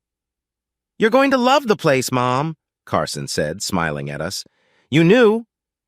I smiled back as Carson looked a little shy. I did. Dad took me to see it on Monday to check if I'd like staying there when I come home on weekends. My heart warmed when I heard Carson's soft voice. I rubbed my wife's back as she walked over to Carson, and I kept my thoughts to myself when I saw a sparkle in his eye, similar to the one Amber had on Thanksgiving. Catalina cupped Carson's face in her hands. Did you like it? Good, she said happily after Carson nodded. We want you to come home as often as you can. Our home will always have a place for you and Amber. Never forget that. She looked at me with a determined expression. Now, you're going to show me this house you bought for us. Where are we going? Catalina asked as I started the car. To Belmont, I replied, backing out of my parking spot at the condo complex, which I planned to rent out since we own it. I knew the morning traffic would be busy. Still, that condo felt small when Amber and David visited, and I wanted all my children to be able to come home and know there would always be space for them. It took about 30 minutes to reach Belmont because of the light traffic on I-85 and another 10 to get to the older part of town where the house was. I heard my wife and daughter gasp as I pulled into the driveway and went into the garage of the 2-story red brick house. The windows had black shutters, and although it was an older house, it had been updated for comfort. How big is this place? Catalina asked as she got out of the car, wrapping her coat tighter around her. It has 4 bedrooms and 3 bathrooms in the main house, plus a small apartment over the garage. I thought Carson could stay there when he visits us so he doesn't have to worry about waking us if he arrives late, I said, pointing to the side door and the stairs leading up to it. My wife nodded. You wouldn't mind that, Carson? Catalina asked, looking at him as my son stood beside her. No, I think that sounds like a good idea, Carson replied with a smile. As I led them into the house and took off my coat, I watched my wife explore the spacious kitchen, picturing how it would look once we added the appliances. My daughter followed her mother's example, looking through the bottom cabinets while Catalina checked the overhead ones. I saw Alondra running around the empty living room, laughing at how much space there was. I showed my wife the only bedroom and bathroom on the ground floor. I thought it would be a nice place for Amber and David when they visited again because it would give them some privacy. You know we need to make this house feel like home, Catalina said with a smile. I'm looking forward to that, I replied. Now show me the rest, she encouraged, her excitement clear. Alondra? I called out as we reached the stairs. Yes, Poppy? Alondra's voice echoed as she ran toward us playing with Carson. Let's check out your new bedroom, I said with a smile, and she nodded eagerly. I grinned playfully when my daughter giggled while spinning around in her room, which was at the end of the hallway near ours. I pointed out a room that could be a nursery if we had another baby, while Alondra explored her space. I kissed the top of my wife's head as she leaned against me, sharing in the joy of our new home. It's perfect, honey, Catalina said happily. Now I really want to see the master bedroom, she added with a bright smile. I thought you would never ask, I replied, grinning back at her. Wow, look at all this closet space, Catalina exclaimed as she rushed into the master bathroom. Oh my goodness, it has a jacuzzi tub. I found her sitting in it when I entered. The lights highlighted the beautiful black marble around the round tub, which was on a raised platform. The shower was tucked away in a corner, with the toilet nearby. Dual sinks lined the wall next to the tub. Mr. Howe, this is such a lovely setup, Catalina said playfully. It's a shame that someone like you should be without all this comfort, I replied with a wink. I don't know. Do you think you can make this evening special? Catalina teased, giving me a look filled with excitement. Oh, absolutely, I answered, feeling her playful energy. Is that so, Mr. Howe? My heart raced as I watched her relax in the tub. Does this mean I can expect many happy moments here? I nodded eagerly, thinking about the good times ahead. Of course, I would never want you to feel like you're missing out on anything, I said sincerely, seeing her smile grow wider at the thought of our future together. You cheeky man, getting me all excited, Catalina said with a playful toss of her hair. I was a bit taken aback by the scene in front of me. I'll make sure to take responsibility for what I do, I said with a light-hearted tone. You better, or you won't enjoy yourself for a bit, my wife teased, and I felt both frustrated and amused. Honey, does the water work? I watched her quickly get out of the tub. Yeah, why? 1 or 2? 1, Catalina said, doing a little dance. I pulled out some tissues from my coat, which I kept for Alondra on chilly days, and handed them to Catalina before closing the bathroom door behind me. Alondra and I walked down the stairs hand in hand, and I raised an eyebrow when I saw how red my son's face was. Is something wrong, son? I asked when we reached the bottom. It's nothing. Don't worry, Carson muttered, looking away. Son? I might have overheard you and Catalina talking. I didn't mean to. I was just checking on her, he admitted, looking embarrassed. I chuckled lightly at his shyness. It's okay, son. No reason to be shy, I said, patting his shoulder as we looked out the living room window at the neighborhood we would soon call home. Carson, show me your apartment, Catalina said as she walked down the stairs. Sure, Mom. I noticed the smile on his face as he agreed. I like it, Catalina said with a nod as she looked around the open space. I watched as Alondra dashed into the small bathroom near the kitchenette. We'll go shopping for you when you move in. My wife gently rubbed Carson's back as he nodded. Just then, Catalina's phone buzzed. Honey, if we don't leave soon, my parents will be upset if we miss Christmas lunch, she said, glancing at me. Then we should hurry, I replied. Are you sure You're coming too, Carson. You're part of our family now, so get used to it, Catalina said warmly, giving him a light pat on the cheek. She slipped her arm around mine as we walked toward the stairs. When we arrived at her parents' house, we were welcomed with open arms. Carson got a lot of hugs and friendly hellos. I noticed Catalina's uncle seemed especially fond of my son since they both had military backgrounds. They started chatting in military terms. I nodded as my son was led into the crowd by Catalina's uncle, while my wife and I went to greet her relatives, and Alondra ran off to play with her cousins. While I talked with Hector and one of Catalina's cousins, I saw Catalina looking my way as she chatted softly with her mother and sisters, sharing a happy moment together. I saw my sister-in-law smile at me as she looked my way. Friend, Roberto said, pulling me into a warm hug. How are you? I asked, giving my brother-in-law a pat on the back. I'm doing well, thanks. How is it having your son back home? I noticed the knowing smile on his face when he asked. Everyone around us seemed to think I had been foolish for the past 7 years, and maybe they were right. Good. I'm glad he will be out of the army soon, I replied, seeing Hector nod in agreement. Oh? What does he plan to do next? Roberto asked with genuine interest. He's going to college, I said proudly. Where? Hector asked, joining in. Duke, I answered with a smile. Will he come back home? I hope so. I nodded at Roberto. Just then, I noticed my son trying to get my attention. I excused myself and made my way over to him as he took hold of my arm and pulled me along. Dad, who is that? Carson asked, pointing out the window with curiosity. That's Maria. I started, but then I saw the small star tattoo on her wrist as she talked to one of her cousins. In my defense, they were identical twins. Maria was married, but Rosa was single. Sorry, that's Rosa. Why do you ask? I said, noticing the puzzled look on his face. Maria is Rosa's twin sister, I added, watching him say, Oh, Dad, what does... It took Carson a moment to say what he had heard Rosa say. I felt pleased that she thought I was handsome and mentioned that my son was just as good-looking. Tell me, son, why are you trying to speak Spanish? I asked, knowing Catalina's family valued their language. So I can talk to Mom and Alondra. I couldn't help but smile at this. Who is helping you? I asked. Carson was too good to be a beginner, so I figured he must have gotten some help.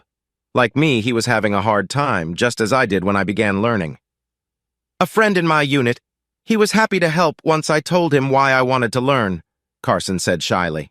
Carson, there's nothing wrong with wanting to learn Spanish, I told him as I spotted my wife through the doorway.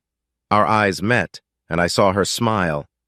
I learned because I loved that woman, I said, nodding at Catalina, the moment she walked into my office and told me to get it together. I grinned as Carson laughed. But how do I talk to her? I don't want to mess up, Carson said, sighing and looking back out the window. Dad? His head turned quickly when I signaled for Rosa to come over. Relax, son, I'm just helping out, I said with a smile. I loved seeing that look on my son's face. Who says being a parent isn't enjoyable? Just think of all the funny moments you can share with your child, like right now. Yes, Nathan, did you want to see me? Rosa asked as she entered the room. Could you please speak English while my son is learning? It wouldn't be nice to talk about things he doesn't understand, I said.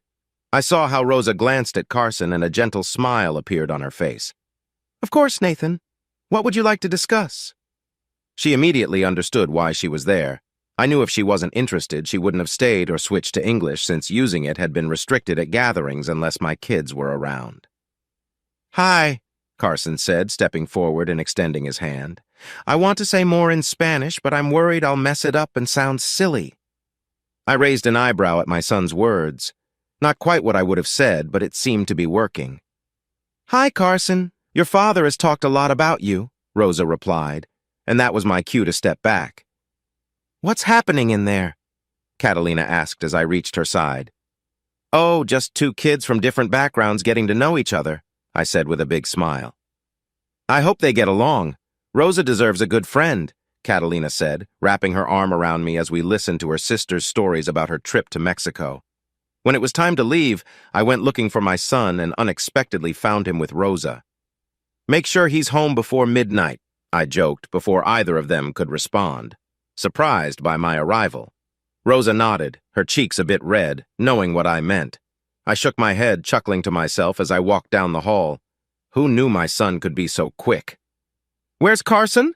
Catalina asked, glancing around for him. He's being a romantic, I whispered to her in Spanish. Oh? Was her surprised response as her eyes brightened at the news. She'll bring him home, I said, leading my wife and daughter out the door after we waved goodbye. It was exactly 11 o'clock when a soft knock came at my door. When I opened it, there was my son, grinning widely. I shook my head when he said, "Best Christmas ever." Just remember, if you don't treat her well, you might want to stay far away, I said as he walked towards the bedroom. A playful smile crossed my face, making him stop in his tracks. Rosa will give you a good talking to, that's for sure. My wife nodded, having stayed up with me to wait for our son to come home. You're kidding, right? Carson stammered. Oh no, Rosa gets angrier than Catalina does, I said, glancing at her when she pouted and said, Hey! And Rosa really dislikes dishonesty. Her father was not loyal, which caused a lot of pain, so if you think this will lead somewhere, remember that, I advised my son. I get it, Dad, thanks for the warning. I won't be like Mom, Carson replied with determination. I felt a bit proud seeing the honesty in his eyes. Thanks for letting me join. Your family is great, Mom. I'm going to bed now. Good night, Dad, Mom. Good night, Carson. I'm glad you had a good time today, Catalina said as she stood up. Good night, son, I said, watching him walk to his room, knowing tomorrow would be the last time I'd see him until March. Come on, Amor, let's go to bed, Catalina said as she cuddled up to me. How could I say no to sharing a moment with her? I love you, Dad, Carson said as we hugged at the airport. Love you too, son. Take care of yourself, okay? I replied, giving his back a light pat. Of course, I have to look out for my little sister. Boys will be around soon. I noted how Alondra blushed when Carson smiled at her. It's not goodbye, just see you later, Alondra. I noticed my wife's smile as Carson hugged his sister goodbye. Will you promise to be safe? Alondra asked, her voice shaking a bit. I promise, Carson nodded. You keep an eye on Dad, okay? A warm smile spread across my face as my daughter straightened up, set her shoulders back, and nodded firmly. Call us the moment you arrive. I'll worry until I hear from you, Catalina said softly as they hugged. I will. You have my word, Carson replied, and I saw how he was trying to hold back his feelings just like my wife was. Since that day, when Amber contacted me unexpectedly, Catalina no longer referred to them as her stepchildren, but as her son and daughter. I could see the pride in her eyes when she did. I thought that with her support, we could heal the hurt their mother had caused. "I'll see you all in March," Carson called as he passed through security. "Bye, son," I waved back. After that, life got busy with packing up the condo and organizing with the movers, along with cleaning the house in Belmont. We also found someone to rent our condo, which turned out to be one of her co-workers from the accounting department. The man needed a place away from his wife, as they were divorcing because she had not been honest to him. He also wanted a home big enough for his 2 kids and close to his job. I was glad to help him find a fair rent. We also talked about whether I should do the yard work myself or hire someone. Luckily, my wife solved that problem when she called Roberto, who ran a lawn care business and hired his nephews. We pay him just half of what he usually charges. He will help Catalina decide on plants for the front and back yards when the weather gets warmer. Alondra loved her new home, but for the first few weeks, she would come into our bed at night. I understood. A new well, old house can make strange noises that might scare any 5-year-old. Then the night came when she slept in her own bed all night. I talked to my kids once a day, sometimes more, depending on how busy they were. I noticed Catalina often walking around the house, chatting with one of them. The day after Carson left to go back to his base, I told Amber about the house. She was so happy to learn that she and David would have their own room here if they ever visited again.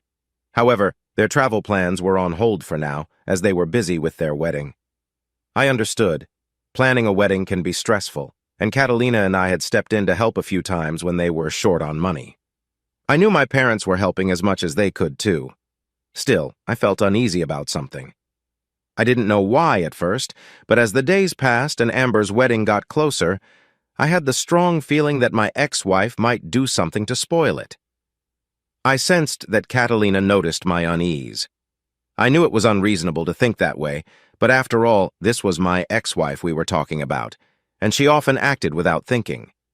Catalina tried to reassure me, saying that even though she hadn't been the best wife, she wouldn't do anything to ruin Amber's wedding. I knew she meant well. My wife had never met my ex, so she couldn't understand how tricky things could be. When the day came for us to fly out a few days before the wedding for the rehearsal dinner, I hid my worries behind a mask of happiness as Alondra skipped towards the terminal. Her mother and Rosa came along, which I found odd until I saw that Rosa had rosy cheeks. I wondered if what I noticed at Christmas had progressed. It seems it had. Hector wanted to join us, but because of health problems, he couldn't fly and didn't want to drive the long distance to Kansas City, so he decided to stay home and give his ticket to Rosa, who really wanted to go. Rosa? Yes, Nathan?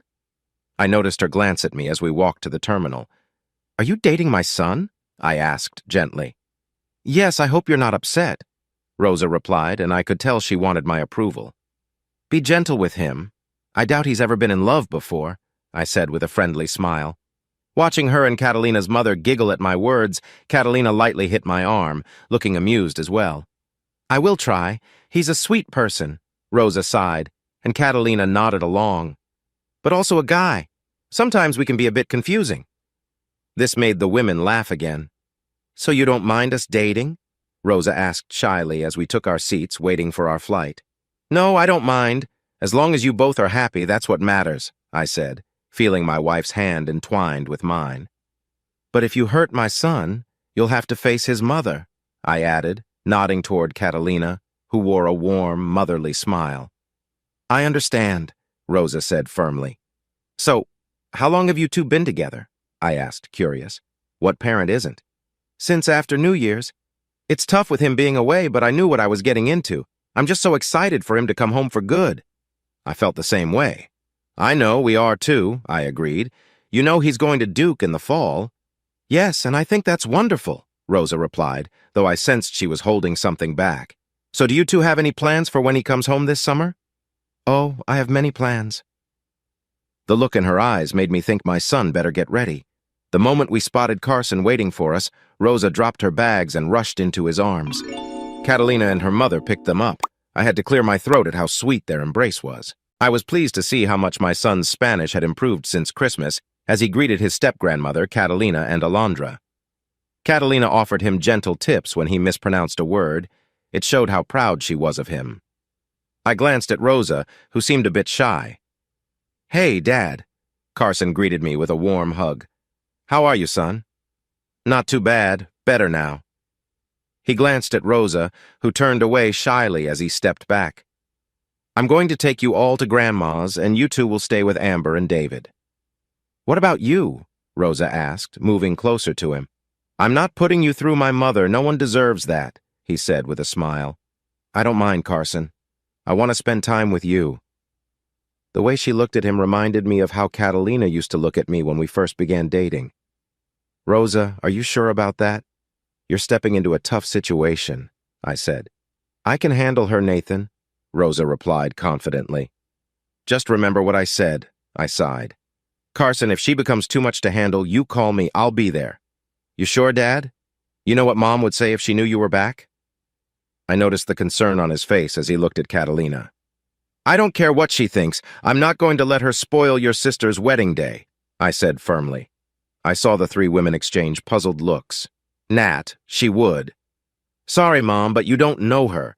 She would jump at the chance if it meant getting to you," Carson said, looking straight at me.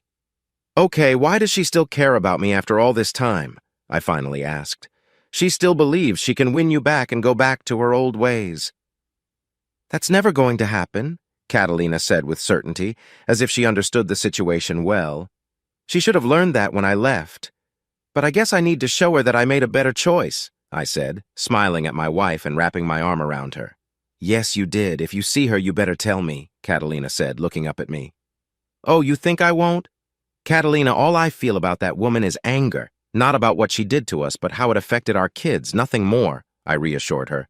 "Good, because I'm not giving you up. Ever." "Glad to hear it," I said, noticing her cheeks turn pink as I playfully touched her shoulder. Carson led us out of the airport, holding hands with Rosa while carrying the bags. "Carson, isn't that—" My voice trailed off when I spotted the minivan. "Yeah, David's mom is letting me use it to drive you all around while you're here," Carson replied over his shoulder. "Ah, that's nice of her," I said. "Yeah, she's a great lady," my son added. "Oh no, Rosa, you can't sit back there. How else will you keep my son entertained?" I asked with a playful grin, hearing my son's "Dad," and the giggles from my mother, in-law, and wife. "Nathan?" Rosa gasped with surprise. I couldn't help but chuckle at how red her face got, but she quickly slid into the front passenger seat when I opened the door for her. "Well, son, we're waiting," I said after closing the door. Catalina gently scolded me for teasing him so much, though I could see she was smiling too. We dropped Catalina's mother off at Amber's place first so we could see her. As you can imagine, there were many smiles and happy tears between Amber and Catalina. David and I shared a firm handshake and then turned it into our special one-arm hug, thanking Catalina and me for helping with their big day. I stepped back, watching my daughter tease her brother about Rosa, which made his ears turn a shade of red I had never seen before. I should have brought popcorn with me. After some light teasing, Amber welcomed Rosa like family. David was polite, promising Catalina they would care for her mother while she stayed with them.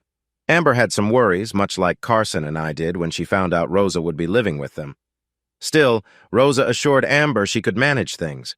I wasn't so sure. Time would tell how she really handled it. Carson and I talked quietly in the driveway of my parents' house. I watched him nod as I told him he could call if anything came up during the night. As I waved goodbye, I couldn't shake the uneasy feeling in my stomach. The next day I learned that something did happen, but it wasn't what I expected. Someone visiting that evening made a move toward Rosa when Carson wasn't watching. According to my son, he rushed into the kitchen when the man crossed a line. He was saying unkind things to Rosa that I knew she didn't deserve. Carson seemed to take charge of the situation, showing more bravery than I realized he had. Here's where it got strange. The way everyone responded had me feeling anxious, especially when my son told me this while I stood on my parents' brick porch. I had a gut feeling that Rosa was up to something. I just couldn't figure out what it was. Carson seemed to think the same. "So, what will you do?" I asked, worrying over Rosa's intentions and biting my lip. "I could get a hotel room, but then I wouldn't be able to watch over Mom. She's too nice to Rosa, and it makes me uneasy." I know what you mean, I said, rubbing my hand at the back of my neck. She's on her way. I'll call you later. Okay, son, I replied right before the line went silent. Everything okay, amor? How her voice always lifts my spirits. It is now that my angel is here, I said lightly, noticing her shy smile as she tucked her hair behind her ear. I wondered if she remembered that special night. I sure did. I thought about it every time I closed my eyes. But whatever my wife was about to say got cut off by the loud ring of my cell phone. Carson? Nathan, you need to leave now. Carson's mother found out you're here. I'm sorry I let it slip. She overheard us and Carson couldn't stop her. I could see the worry on Catalina's face as she noticed my reaction. Rosa, you don't need to apologize. This was going to happen. I'll handle it. You and Carson should go have a nice breakfast, okay? I said, trying to keep my voice steady, though my grip on my phone was tightening. Are you sure? I could hear her doubt. Absolutely. Tell Carson to take you to that breakfast place I used to bring him to when he was little. You two just enjoy the morning. Don't let anything ruin your time together. I put my phone in my pajama pocket, feeling old anger rising up. Honey, what's wrong? Catalina asked, sounding worried. She's coming, I said with frustration as I walked into my parents' house. If I was going to talk to her, I wanted to look good. I knew using that name for Rosa would surprise Catalina. Love, you don't have to talk to her, Catalina urged, but I knew if I didn't address it, the tension would stay. I wanted to deal with it quickly. It's now or never, I whispered, trying to keep my voice down so Alondra wouldn't hear my irritation. I want to handle this my way, not hers, I said as I adjusted my clean shirt while getting out of bed. Why that shirt? Catalina asked, looking at me curiously. I understood why she was staring. It fit me well. To show her what she lost and what she can't have back because I already have the perfect wife. I smiled confidently. And I don't plan on losing her. Make sure you finish this today. I don't want to see her again, Catalina said softly, brushing her fingers against my cheek. You won't have to with you by my side, I whispered, touching her hand gently. Her eyes sparkled as I did. I was determined to remove this negative part of my life, encouraged by my wife's trust in me to handle it. I took a deep breath as I heard tires screeching, signaling her arrival, just as I stepped outside. Hi, darling, the other woman called out, her eyes widening in surprise when she saw me. You don't call me that. It's Nathan or Mr. Hal, I said firmly as I got closer. Come on, that's all in the past. Can't we just move on and be a family again? I've changed. I promise no more trouble, she urged. You can't change. You never could, I sighed, shaking my head. I know I made mistakes. Please understand. Her voice trailed off when she saw the wedding ring on my finger. I have a family, and I'm not going back to that messy situation. Those days are gone. Nathan, please, let's just talk. I can remind you of the good times, she pleaded. I felt Catalina behind me, and I stood firm in my decision. Get away from my husband, Catalina shouted, her voice filled with strength. I looked back at her, feeling stronger with Catalina's support. You should go before my wife comes out, I said, thankful for the bond I shared with Catalina. I really don't want to face her. This isn't over, Nathan. I will win you back. Just wait. And she can never offer you what I can. I saw her trying to pull me back as she leaned in closer. She always tried to manipulate me, but this time I stayed calm. My heart belonged to the woman behind me. Unlike you, I believe in loyalty. You broke your promises and now you have to accept the results. Please leave my parents' property and don't return, I said firmly.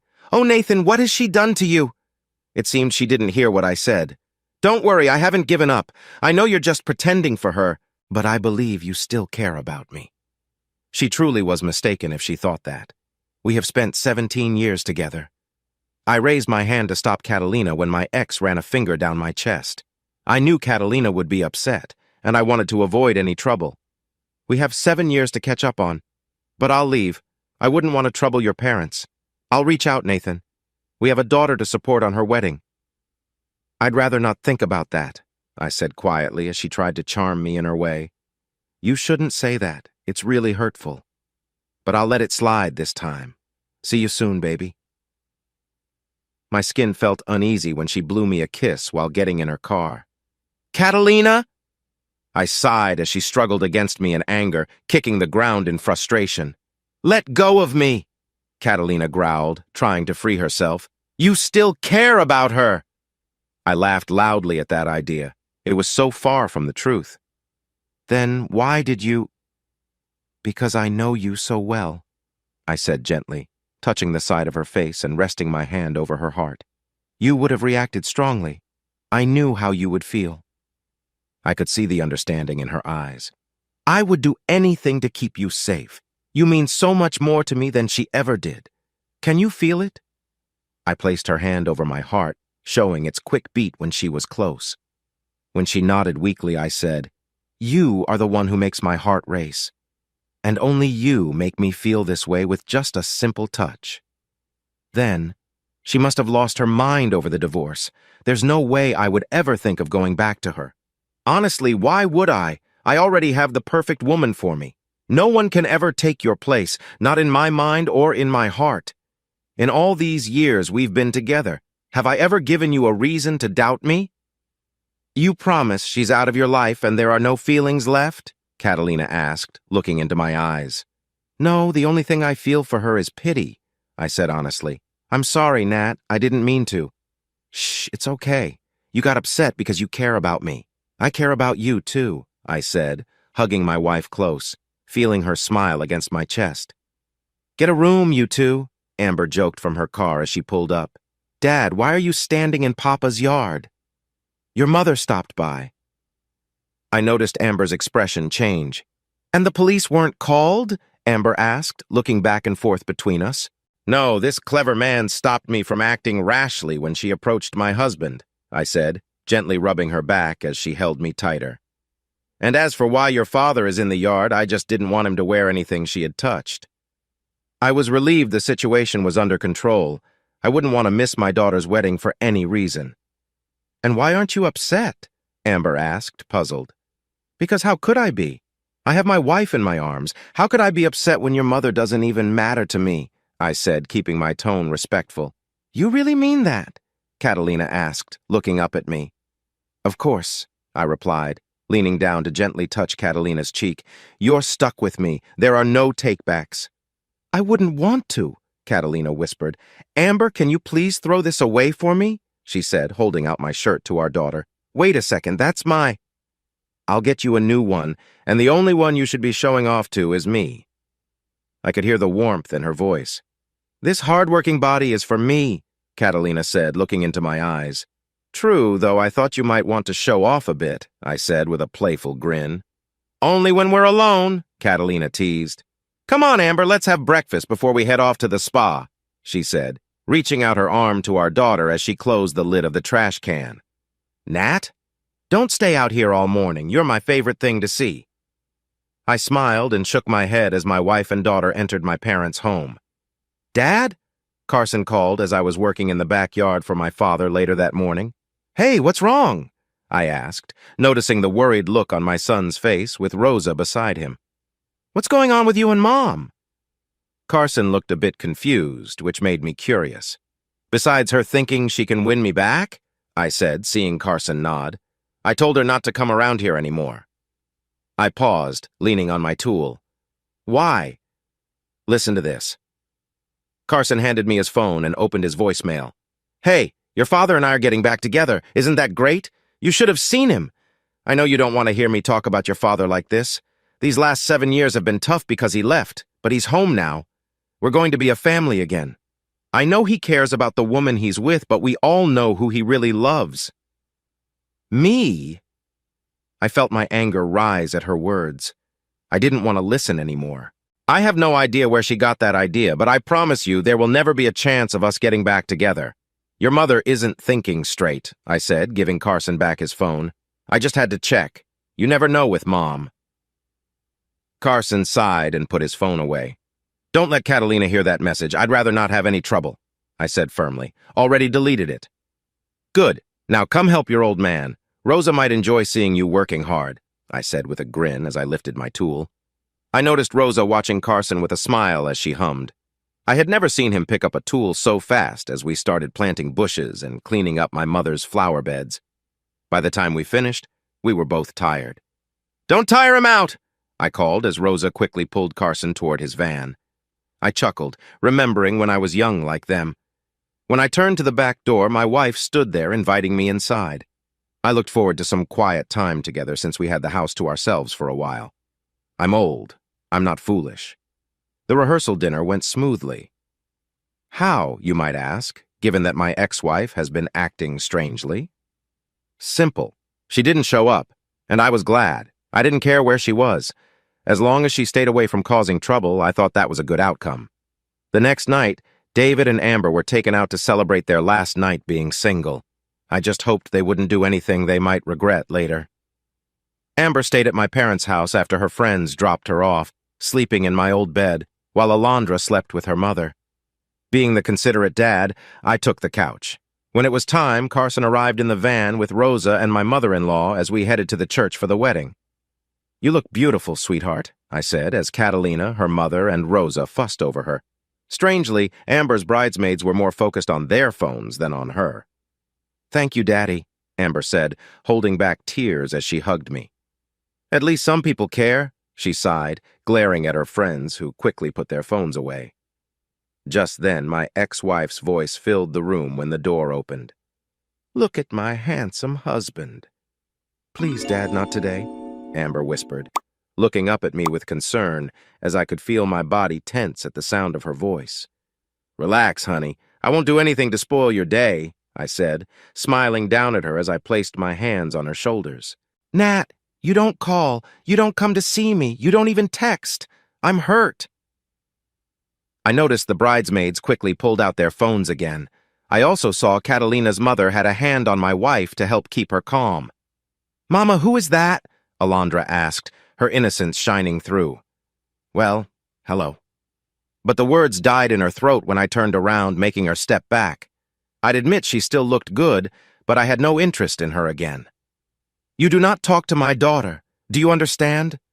What part of I want nothing to do with you do you not get? You caused our marriage to fall apart. You were the one who chose to step away from our relationship. You brought someone else into our lives on a special day and then asked when I would be home. Did you ever think about why? When I found out, I knew I was nothing more than a caregiver to you. You can't even own up to your wrongs, and you involved our children in your choices. How low will you go? I know all about it." Amber told me everything. "Be very glad we're in a church right now." I saw true concern in her eyes as I walked toward her. In a different setting, things would be very different. "Please either stay quiet or leave the room." "There's the person I know. You make me proud when you act like this." I was glad she whispered it for my daughter's sake. "Don't worry, I can see it's a plan. I'll go along with it." I felt a bit uneasy about her playful tone. "Mom? Come on, some people want to talk to you," Carson said as he came into the room and gently took her hand. "Of course, sweetie. I need to be a good role model for my daughter. Have you seen your father? Doesn't he look so distinguished?" I nodded at my son when he mouthed, "I'm sorry," as he helped her out. "Sorry, honey, I didn't." "That was great!" Amber giggled. "I think your mother needs some help. It seems like she doesn't hear a word I say," I sighed, rubbing my head. "Mom's been like this since. You left, and I know she has been getting support. She had a hard time for a while. Mom," she spun around, "help make me look lovely like you for my husband." "Amber, you're already beautiful," Catalina said kindly. "But I'll help highlight your beauty so your wonderful man knows who he belongs to." She glanced at me, and I felt a connection. I knew I belonged to my family. There was never any doubt. I thought I would never do this. Walking Amber down the aisle was a lovely moment for me. I was so thankful she reached out to me that day. Otherwise, I might have missed this day completely. "I love you, honey," I whispered before I gave her to David, who nodded at me when I placed a hand on his arm. My mother touched my arm as I sat between her and Catalina, who was wiping her eyes as Amber and David stood before the officiant. Alondra was happily nestled between David's parents, clearly enjoying their company.